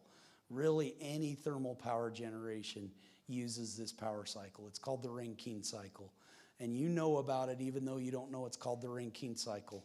Because really what we're doing is using a thermal power source. Can you see that? Yeah, you can see that. A thermal power source to boil water to make steam. Steam drives a turbine, which drives a generator. And then we condense that steam back to water and we pump it through the cycle again. That's the Rankine cycle. So pretty simple. This is what the Rankine cycle looks like on a thermodynamic diagram. And I don't expect you to understand all of it, but really what we're saying is this is the pump. This is injecting the heat. This is where we extract the work and the energy through the turbine. And this is the condenser. And the big problem with the Rankine cycle, well, the big limitation, it's not a problem, is that this is all wasted energy. And when you do an evaluation of that cycle, it turns out that they're on the order of 35 to 38% efficient. Keep pushing the button when I don't mean to. So that's all wasted energy, and it happens at such a low temperature and pressure that we can't recuperate any of it. We can't really use it for anything. It turns out that there are other cycles out there that we could leverage, and one of them that's very interesting is a closed-loop Brayton cycle. And you can see this is a similar thermodynamic image, but this one's for CO2. And it turns out that CO2 is a molecule that very much likes itself. It almost behaves like water when we move it up to higher pressures. And we could run a thermodynamic cycle just like the Rankine cycle, but we can do it above this vapor dome where we don't have two phases. It's all in a supercritical CO2 phase. But the key to this is this step right here where we're wasting the energy.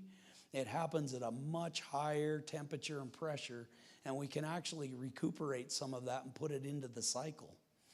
And it looks a lot like the Rankine cycle, uses the same equipment, it just has one more heat exchanger, and it uses CO2 instead of water. Well, we wrote a proposal many years back, it was probably 4.5 years back, to the Department of Energy to prove this cycle, to say, well, we want to build a demonstration unit in Orangeville that shows that this cycle can work at large scales and that we can take those 35% efficient plants and take them almost up to 45% efficiency, which is a huge improvement and a huge improvement in terms of economics. So we wrote this proposal. It was about $5.3 million. And I have to talk about the proposal because it kind of is a signal about, I guess, what my intentions, what my hope would be. It was funded under a program called Coal First. And the point of Coal First was to develop the next generation of coal-fired utility boilers. What would they look like in the future? And they had some rules. They had to be small and modular, they had to have high efficiency, and they had to be carbon capture ready, so that we could sequester that CO2. I wanted this program, and I wanted this program in Utah because I wanted us to be in line with the DOE to be a location and a host site for that next generation of coal-fired utility boiler. And really that's how we posed it to them, and we went and got all of our legislators, senators, both federal and state level, to sign some letters to the DOE, and we got this project funded. And we build it. This is kind of what it looks like as we put it together. Here are all the components. And we ran it last summer, and we ran it very successfully. And I'd say that we've run it for 200 hours across 2 test campaigns. And I was excited, and we were all excited, and I didn't even realize at that time how significant that effort was.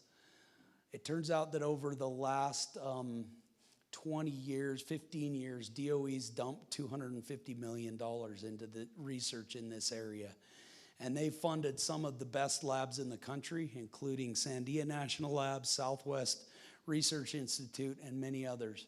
And for that $250 million price tag, they've only been able to purchase pilot scale systems that can operate out to 8 hours at a time.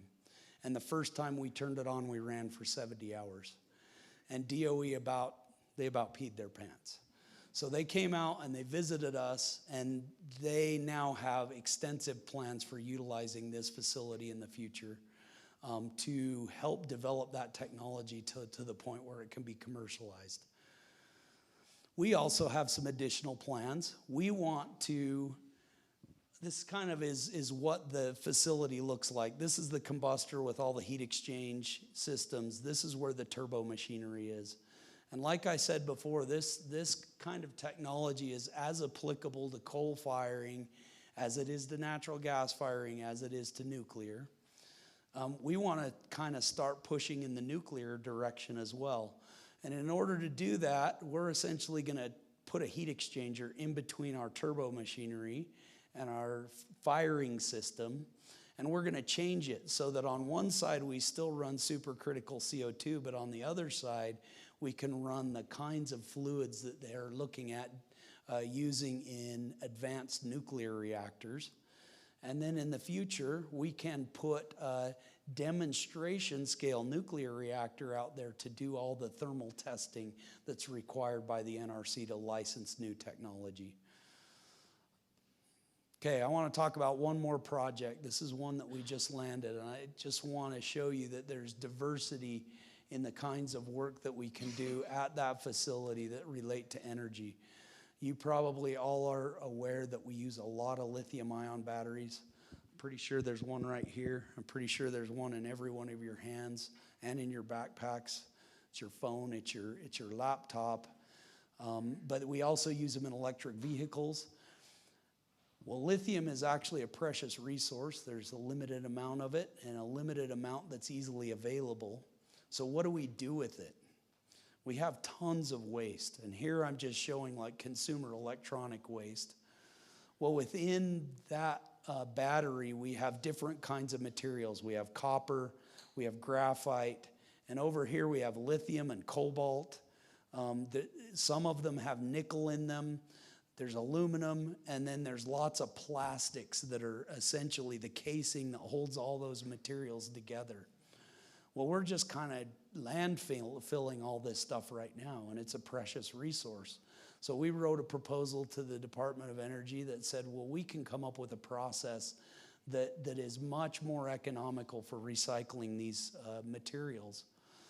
So there's a couple of pathways that recycling can take. We can do it with flames. Essentially, we burn it all, burn all the plastics away, and then what we're left with is the metals and the minerals. And then we have to develop a pretty complicated methodology of separating those things out later. Or we can do a hydrometallurgical, which uses chemicals to separate all those things out. And all of those things are really energy intensive, time intensive. They require people, and they both require chemicals that aren't very good for the environment. So we said, well, we think we could come up with a better plan. What if we treat these batteries with just some low-level temperature? It's still a thermal process, but just enough to get the plastics to fall apart and delaminate. And then all your components are still there in their original state. And then we can mechanically separate them, and we can sell them back to the companies who make these batteries. So this is kind of just shows you what we would do with the process. We would, this is probably one of the most important steps. When you take a battery in, it has some residual charge. If you don't get rid of that charge correctly, the battery's gonna start on fire. And you've probably heard stories about that happening. And then we can grind it up, or we can take it in its full shape, and we can thermally treat it and do a physical separation. And we're going to utilize a piece of equipment down at the facility called a rotary kiln, which is being installed right now, leveraging some state money. And this proposal went to the U.S. Department of Energy. I said it was proposed. That's the wrong date. It actually was awarded by the U.S. Department of Energy somewhere in April. And it's a $6 million project with $1.5 million cost share. And again, this is to prove at pilot scale that we have the ability to recycle lithium-ion batteries at a very economic process. So I've just kind of given you some examples of the kinds of things that we're working on. That's not everything that we're working on. It turns out that right now there's lots of opportunity and lots of ability to bring research and funding to Utah that allows us to help kind of guide the direction that we're going as a nation. And I'm happy to answer any questions if you have them. You can't let me off that easy. Yeah. Check, check. Thanks, Matt. Going ways back when you were talking about the biosequestration. Yeah. I know maybe it's proprietary. What acreage volume are you anticipating, and what is the vegetation? I know timber takes in between 20 and 30 tons a year, but that's over a 10-year cycle. So I'm curious if you can delve into that a little bit more. Yeah, so you ask a lot of very pertinent questions. I'd say that we actually calculated the number of barrels of CO2 that we would push into the ground on this research program, and it's minuscule compared to the amount that's being re-injected from, say, water from natural gas recovery, from the coal bed methane. I mean, extremely small amounts, and I can't remember exactly the number of barrels. The types of materials that we're going to be using as feedstocks are actually representative of what can be grown very easily in the Midwest, and it's going to be switchgrass, miscanthus, and cornstover. We actually have some projects that, historically and currently, and we're working with Pacific Corps on some new projects where we actually recovered some of the beetle kill trees off the Manti La Salle National Forest and used them for a similar process. And you know, I already stated you don't want to use trees because you don't want to deforest. But if you're using it to get rid of the beetle kill, you're kind of killing two birds with one stone, because you are managing a wildland fire risk at the same time. And it turned out that we demonstrated that at full scale in Hunter Plant, blending in those beetle kill trees. And we were able to do it successfully without changing any hardware. And we were actually able to improve some of the economics and the behavior around emissions at the plant at the same time. So that's kind of an ongoing discussion as well. But when we're talking about Bickers and really using it as a CO2 removal device, it has to be fuels that you can grow on an annual cycle and that you're not competing with food that we like to eat as well. I don't know if that helped answer your question. Thank Go ahead. Oh, sorry. I'm fine with that. Dr. Fry, thank you very much. Have you looked at burning ammonia at all? I know JIRA has published some stuff about it, but wondering the implications on O&M and, you know, just the overall furnace in the coal plant. And then after that, co-firing hydrogen. I know green hydrogen is not affordable, but maybe in the future it could be. And just your thoughts on that and efficiencies, et cetera, where it might be going. Sure. I have looked a little bit into both ammonia and hydrogen. I don't have any current projects. Let me first start by addressing, I guess, the second part of your question. You say green hydrogen. It's not really affordable, but you know it's becoming a reality here in Utah very, very quickly. I'm not sure that you may not be familiar with what's going on out at IPP.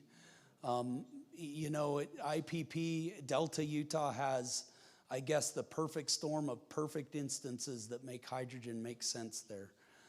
You get all of this negative value electricity coming out of California during the peak solar hours, and there's a huge transmission line going right into that area, and they can say, well, we can take this negative value energy, we can make green hydrogen by through an electrolytic process with water, and then we can store hydrogen at huge scales in these salt caverns, that really they can store power or hydrogen, and I'm going to call it a battery instead of a fuel because it's kind of a chemical battery. They can store it on the scale where they can actually levelize not only on daily cycles but seasonal cycles. And they're actually going to blend hydrogen with natural gas back into their combined cycle units. They have guarantees from Mitsubishi Heavy Industries on how much they can blend in, and those guarantees are going to increase every year as they do more studies, I'll say. Ammonia is kind of a little bit of a different animal because you've got nitrogen in with the hydrogen, and the chemistry is difficult because that nitrogen can go to NO if you fully oxidize it, or it can go to N2. And the way that we manipulate that chemical reaction in traditional combustion systems is we delay the mixing of the fuel and the oxygen. And really what that allows is the N2 to form before it can make NO. That's harder to do in an ammonia or in a hydrogen system because the flame speeds are so fast. And really, that's a chemical reaction issue. Mixing is really where you have to pay attention to manage those things. And there's a lot of companies out there working on that right now. I don't think those are insurmountable challenges. Actually, I think they're pretty straightforward challenges. We just have to spend some time on them. Yeah.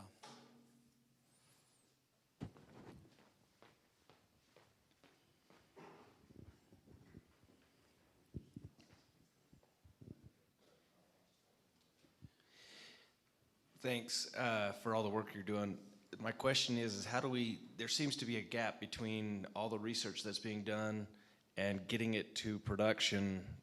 How do we start to close that gap between all the great work that's, all this money that's coming out from the federal government and then getting it into investors' hands so that they can actually make it go into Rocky Mountain Power or whoever's going to make these projects actually happen at full scale rather than just studying everything all the time? How do we close that gap? Yeah, that's an awesome question.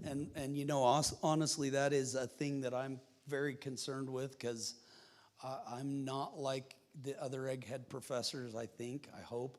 I don't like to study stuff just because it's interesting. I want it to matter. And maybe that came from growing up in the power industry. When I got that first supercritical CO2 project, I was very excited about it because it was going to land us, hopefully, a demonstration at large scale. Let's talk about the battery project for a minute. One of the objectives of that project is to end with a process that's mounted on a trailer that can be driven around to local landfills where there are lithium-ion battery piles that we can process, and that'll immediately turn into a business. When I talk about the Bickers project, It has heavy industrial investment, and their whole purpose in being involved in that project is to take it to a commercial demonstration and then a business plan. So I'd say, yeah, maybe I've been foiled a little bit so far, and on the supercritical CO2, the things that are coming out of that's wonderful.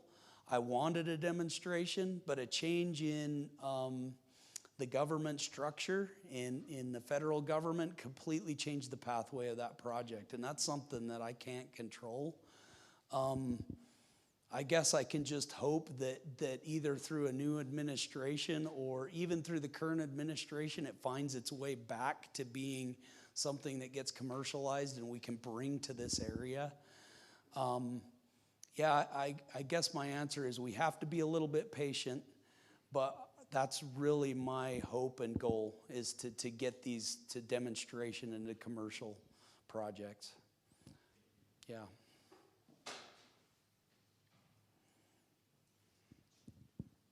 All right, thanks.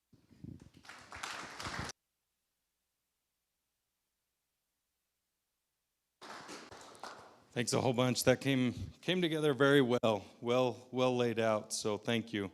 That moves us into Emery Economic Development Committee. We do have Brock Johansson here, so if we could get Brock up, we'll get him put together. I appreciate you being here, Brock.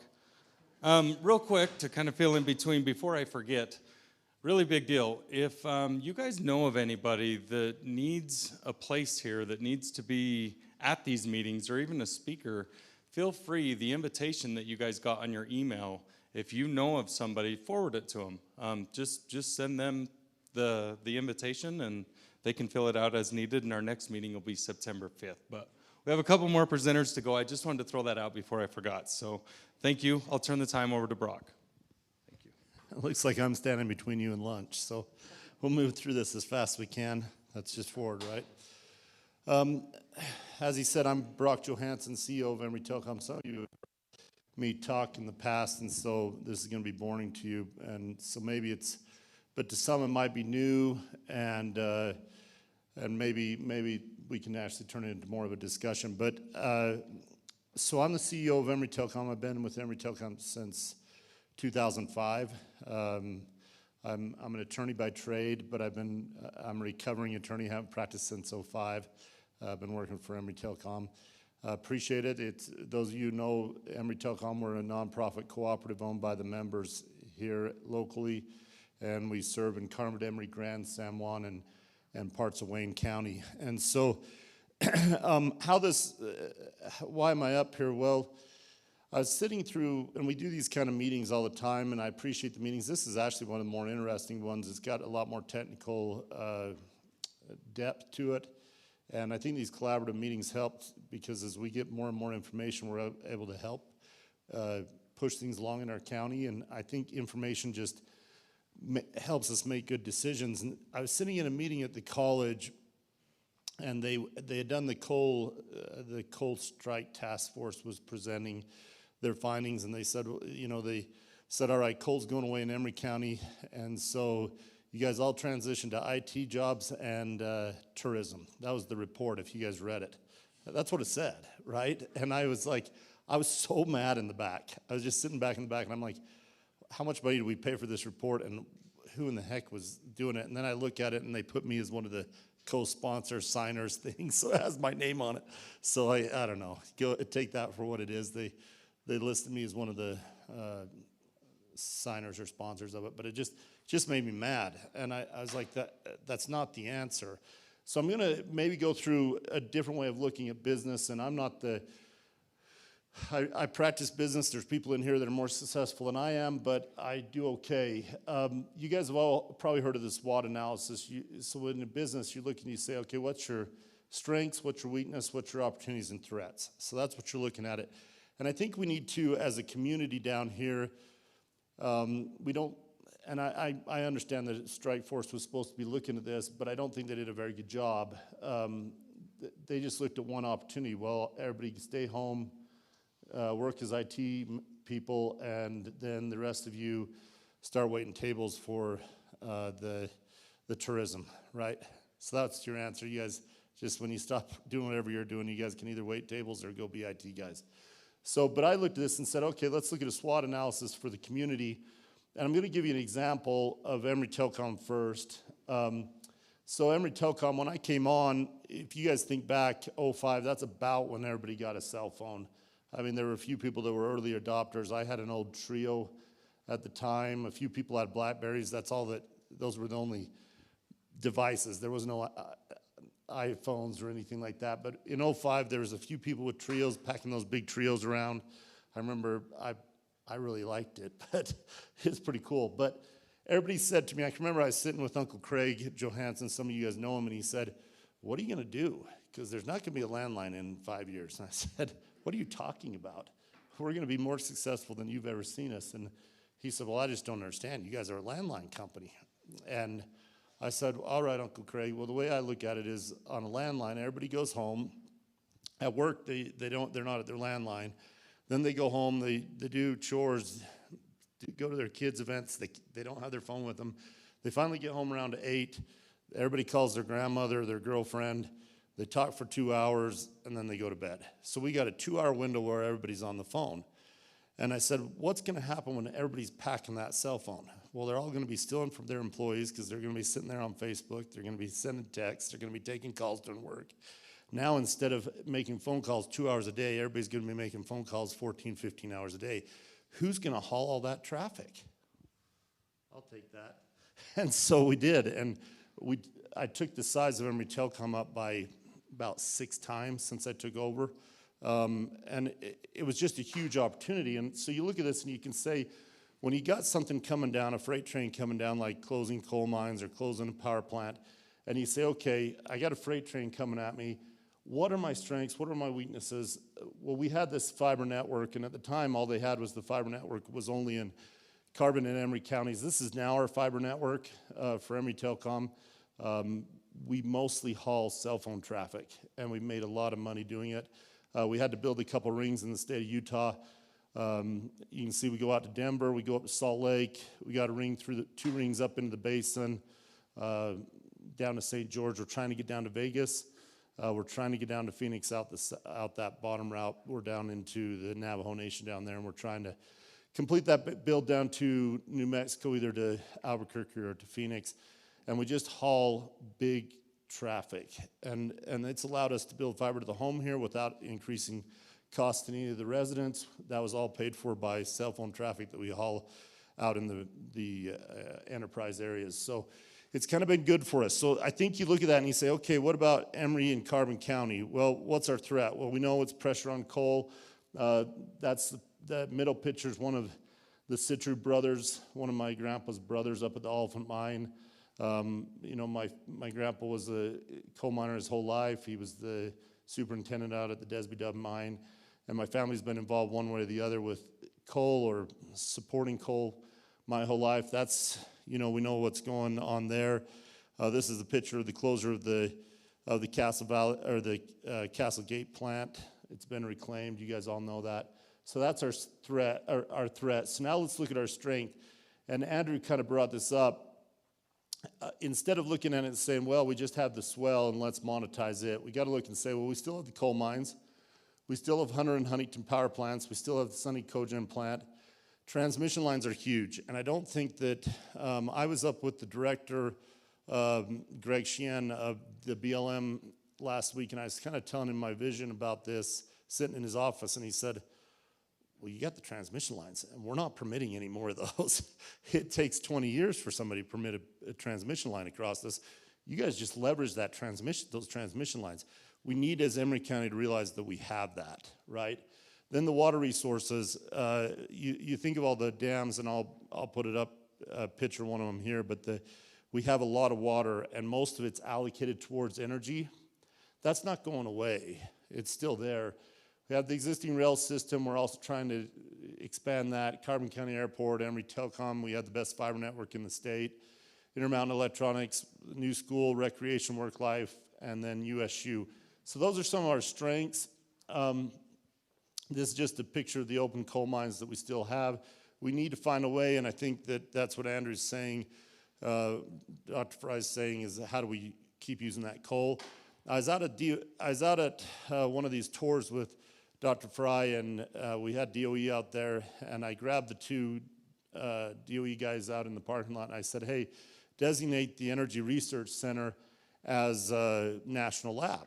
And he said, well, why do you want to do that? And I said, well, if we designate it as a national lab, we're going to be able to bring a whole bunch of jobs into the area. And he said, well, what are you afraid of? And I said, well, we're afraid of the coal mines shutting down. And he said, coal mines aren't going to, they might ebb and flow, but the coal's there and it's a valuable resource. Somebody's going to come get it.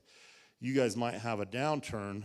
And then he said an interesting statement, and I'm not saying I completely agree with it, but he said, there might be a day when you guys wish you hadn't burned all this, because there might be a technology that's actually better and that you can use this for other things. So realize we still have the coal. We got to figure out, and that's what the energy research, one of the main things with the Energy Research Center is how do we continue to use that resource? Is it coal gasification? Is it carbon capture, sequestration? Is it coal to carbon fiber? All of those things are going on at the Energy Research Center. So we still have those. We still have the Hunter and Huntington plants. There's a couple things that happened here, and I'm going to give you my take as an attorney, and Pacific Corp can disagree with me on what happened. But so we all know the IRP came out. We need to realize that the IRP is going to be readjusted in 2 years. So we could be back in the feet to the fire in 2 years, right? They could up those closures back up to, what was it, furloughing in 28, closures in 32.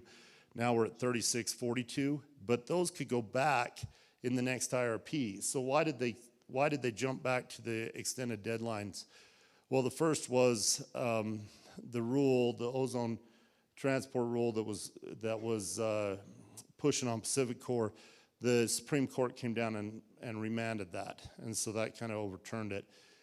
That doesn't mean that those who put those regs in place are going to sit on their heels, right? They're just going to go back to the drawing board and saying, okay, that didn't work. What can we get past the Supreme Court?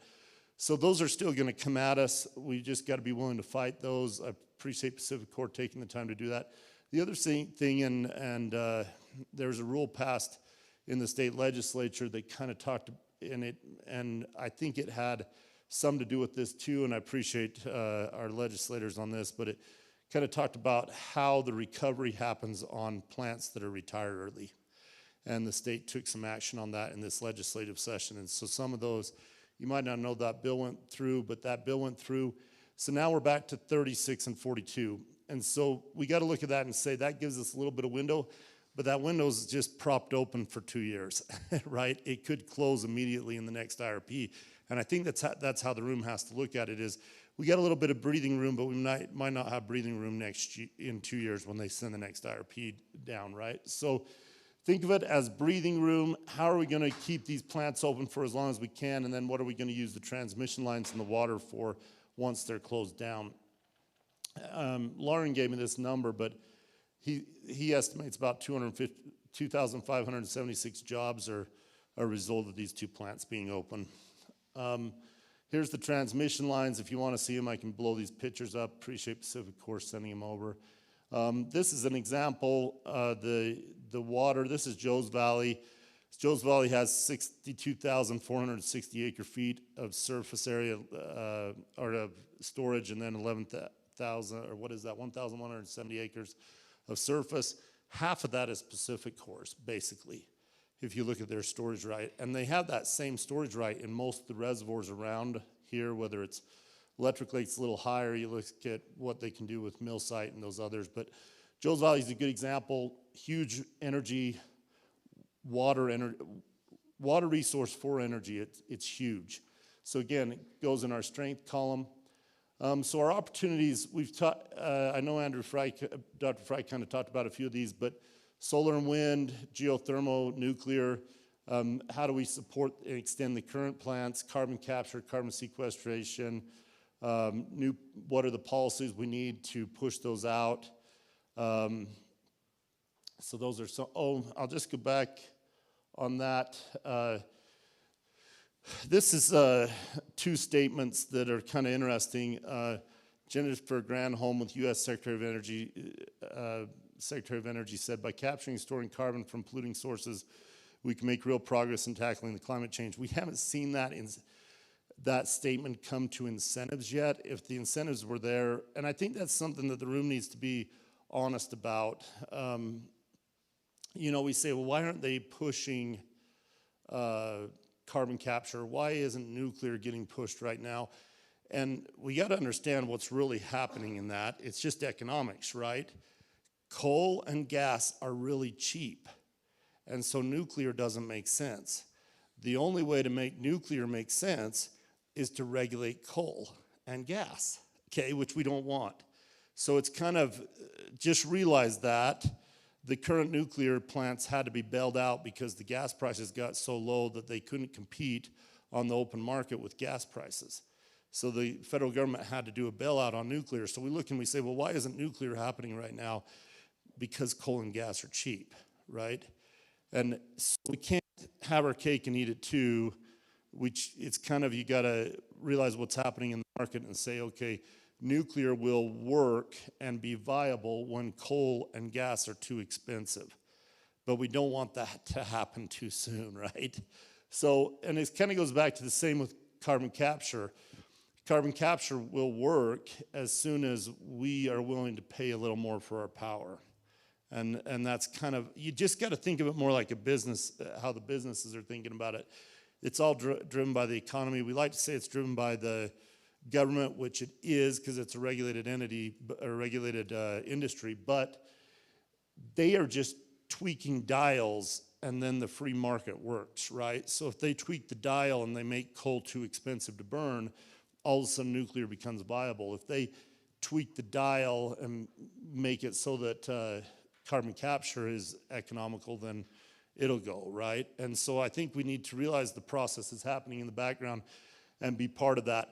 This is the COP28 summit that they held out in Denver, what was it, in November, December timeframe? The U.S. agreed to phase out coal power plants that do not install carbon capture. John Kerry said, we'll be working to accelerate unabated coal phase out across the world.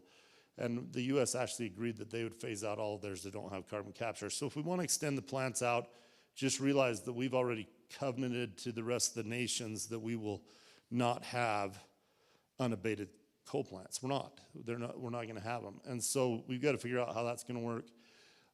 So this is one of the opportunities is carbon capture and sequestration.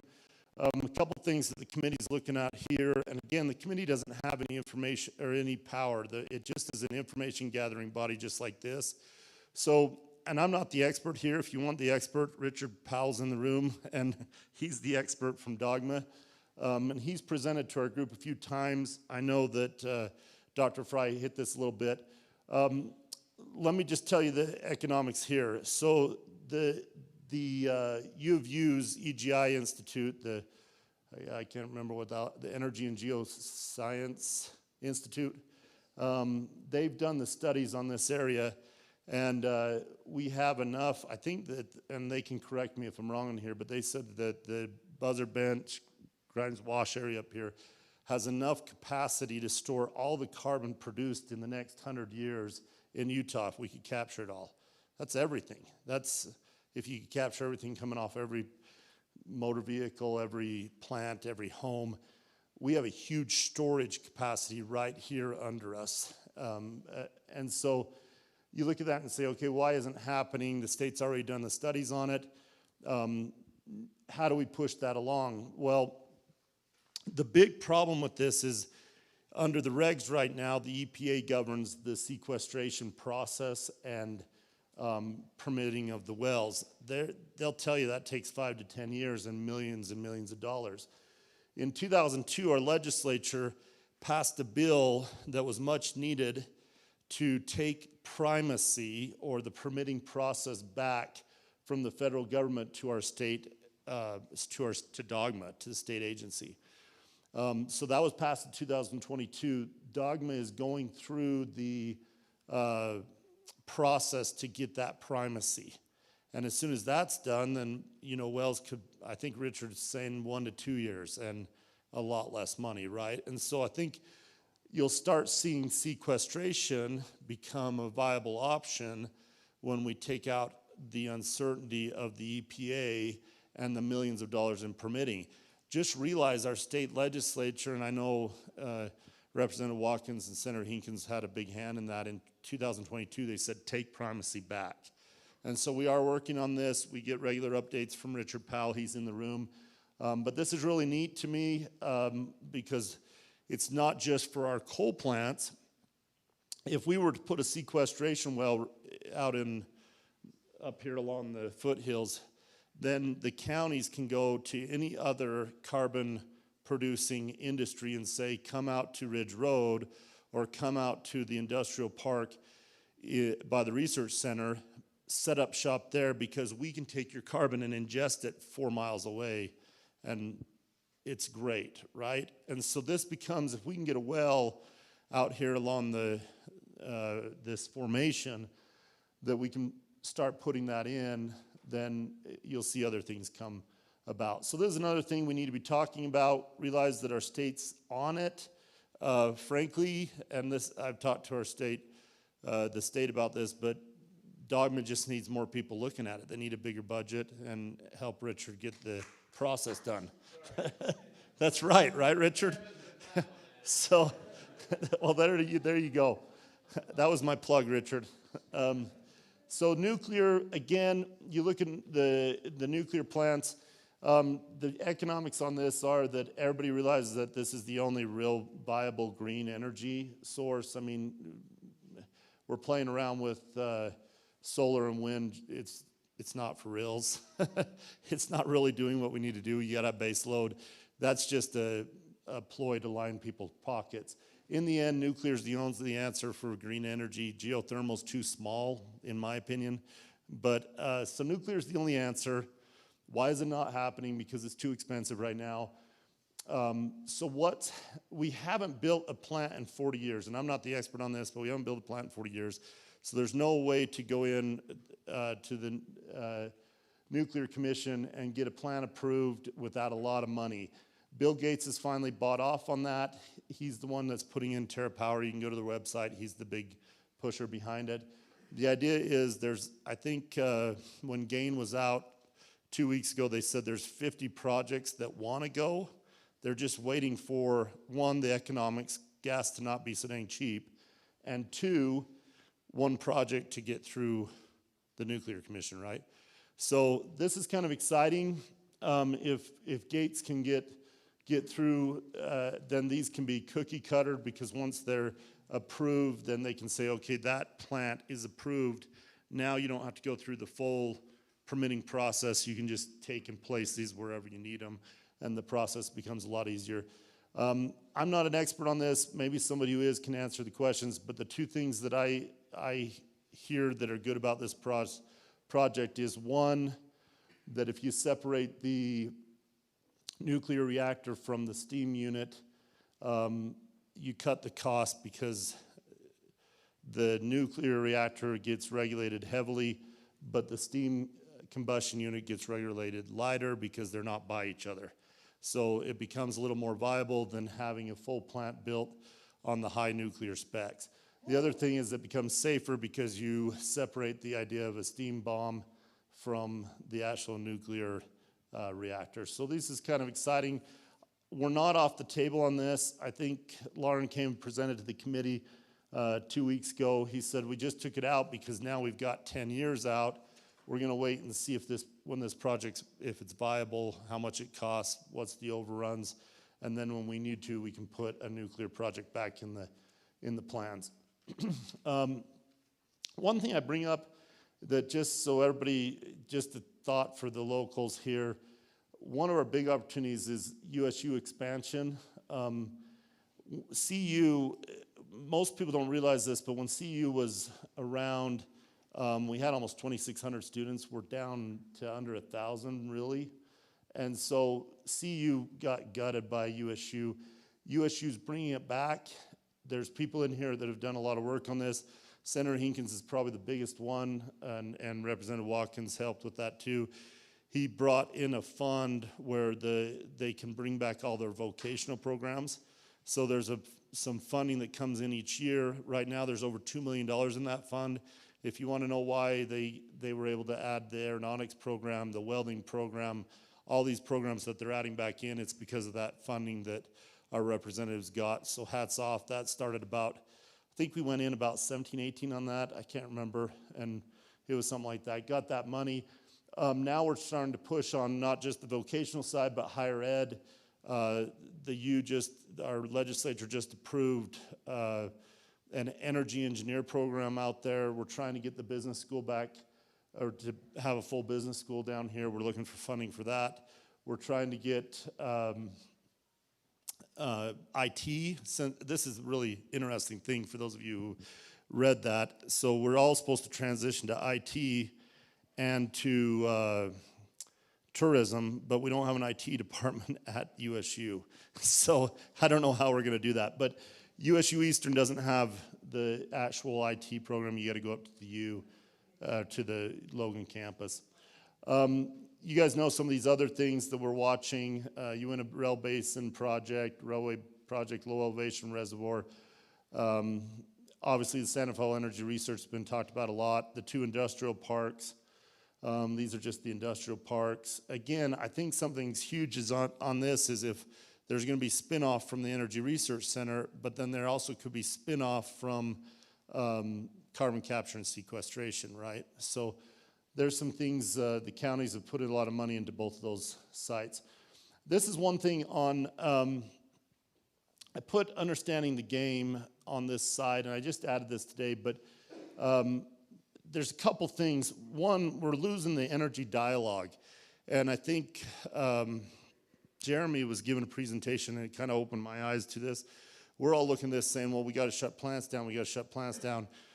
We got to stop polluting. And then Jeremy came in and said, no, we need more power. And that's where we're really at, right? And so these graphs show that.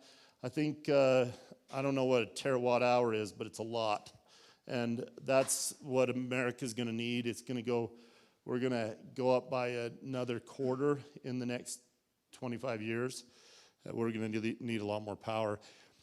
We had an interesting conversation at the economic development meeting the other day.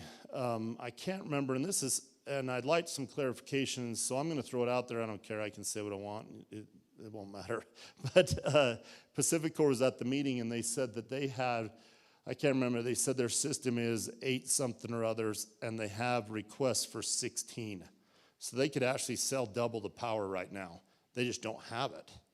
And I think if I was the governor's office, I'd look at this and go, wait a minute. All we got to do is bring more power in, and more businesses will come. I mean, that's really where it's at. So start looking at this, understanding the game. Everything's grant funding now, and we have to start looking at it like grant funding. And Jade's standing up, that means I got to sit down. But Biden put a whole bunch of money in. I'm going to give an example of this.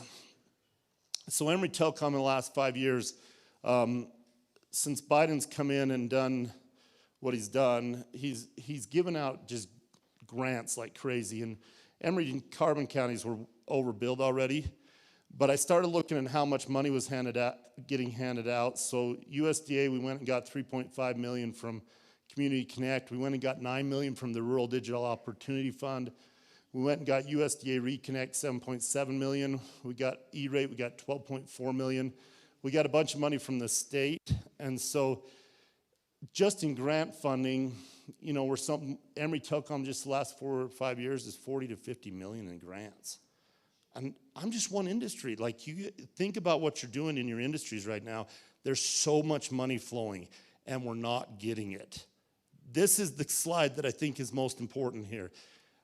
I have consultants that are just hired to go find this money for me. And it's made Emery Telecom grow like crazy. I mean, that's why I'm building Cortez and Dove Creek, Edgar, Lewis, out in Grand Junction. We're building down on the Nation.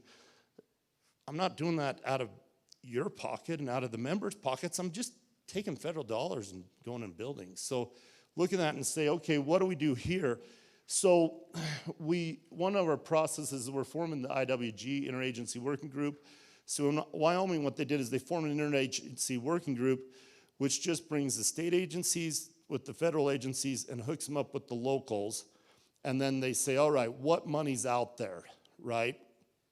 And then when you take the money, you bring everybody together, and all the federal agencies, they want a job. They've got to dole out the money in the next 2 to 3 years under the infrastructure deal.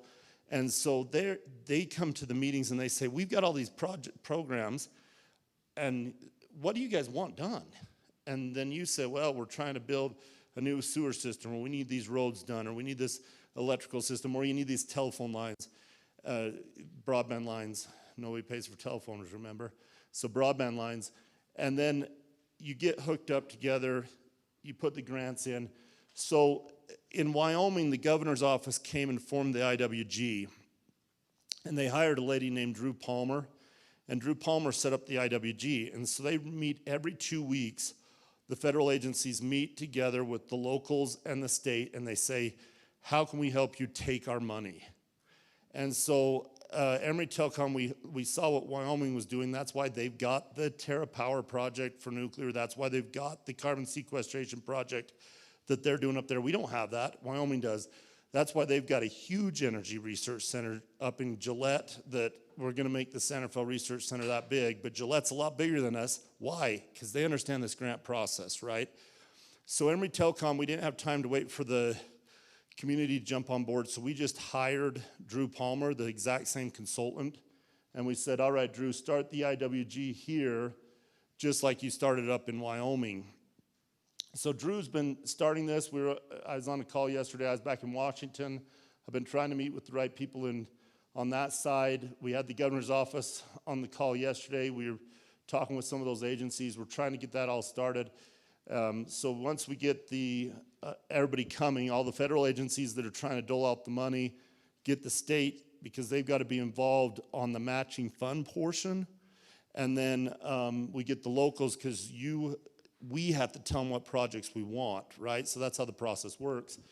And then we implement all this. So Emery Telecom, I just do it myself for us, but we need somebody doing this for the community. And we had a lady, President Cantwell was on the phone with us on our last committee. She attends every committee meeting, either in person or on the phone, and she said, you guys, you just need a grant manager. There's so much money out there, but it's going to dry up when Biden goes out of office. And so we're trying to get this side going. That's one of our big pushes. We all know recreation's great. I'm not talking bad about tourism, recreation. I don't like the tourism side. I like the recreation side. We all like living down here. Why do we like living down here? Because we can do all these things. A lot of these are my family in these pictures. Like that's my boy on the wakeboard. This is Apache, my horse. You know, that's our cows over there. Kids wakeboarding, different things. I can't hire people unless they want to live here. The people I hire want to live here because of our recreation quality of life. That being said, I serve in Moab. I serve down there. That's not the economy we want, okay? I serve on these same economic development committees in Moab. I see the difference. I'd much rather have our economy up here than the one in Moab. And so we're not looking at tourism to replace industry. We're looking at enough tourism and recreation to bring our employees in. And that's my spill on tourism. So those are kind of what's going on. I know I went through that kind of quick. I don't know if that helps or hinders, but we meet every month. It's pretty open. It's almost exactly like this collaborative group. I appreciate Bart and crew running it. We're just a collaboration group to say, hey, what's going on? How can we hook the right people up with the right people that have the money? And then how do we make sure that our legislators know what's going on and what policies we need on the state side? And so it's worked really well. I really think that Emery Telecom's gonna, or Emery County and Carbon County are gonna have great futures if we just don't. I always say, if Emery Telecom, if I would've came in and said, well, landline's dead, let's open up bakeries, I would've gone bankrupt. I didn't. I said, okay, landlines are dead. How am I gonna use that fiber on the ground for something else? We're gonna transport cellular, right? Same thing here. If coal's going out, what are we gonna use the water and the transmission lines and the land for? What are we gonna use our workforce that knows how to produce power? We're gonna produce power, right? It's just a question of what. And we've gotta think like that as a community. Some communities don't. Some communities, you look at what's happened back in Virginia, some of them just get mowed over. And we've got to look at it a little different and say, how do we continue to be energy producers? And I think we're doing some good things here. I think one last thing that we could talk about is coal transport. We can sell it if we can get it out of this country, right? So that would be one more thing that we're trying to help with too. So what questions do you have with what I've gone over so far? And I'll just turn it back over to whoever.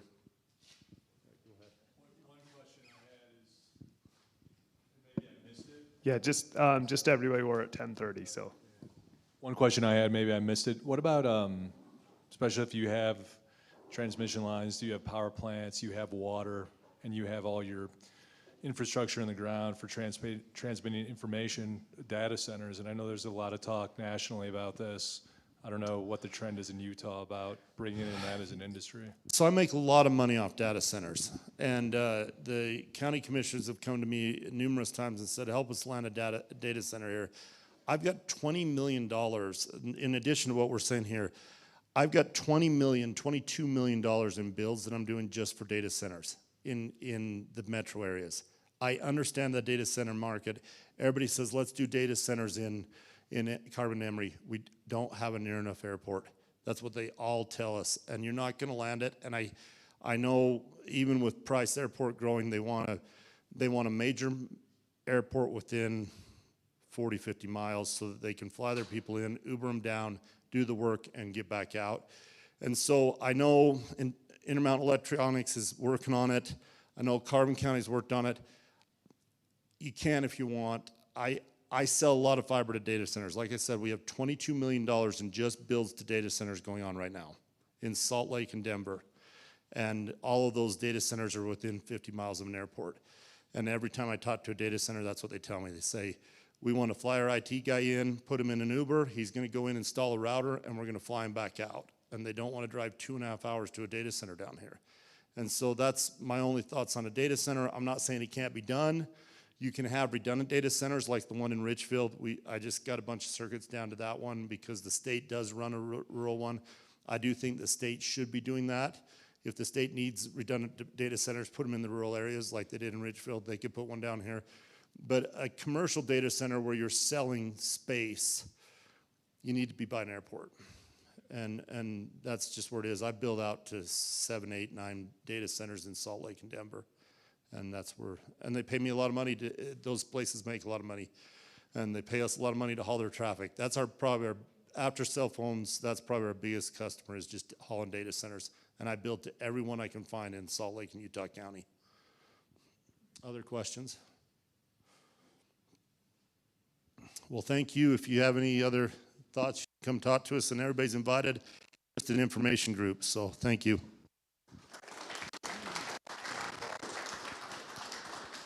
Thank you a whole bunch. We appreciate it. That brings us, I wanted to bring Alan Walker up with Energy and Geoscience Institute, a quick little bit that he's got to present to us, and we'll get to lunch. Lunch is ready. Everybody's hungry, I know. We'll run through this one. So thank you, Alan, for being here.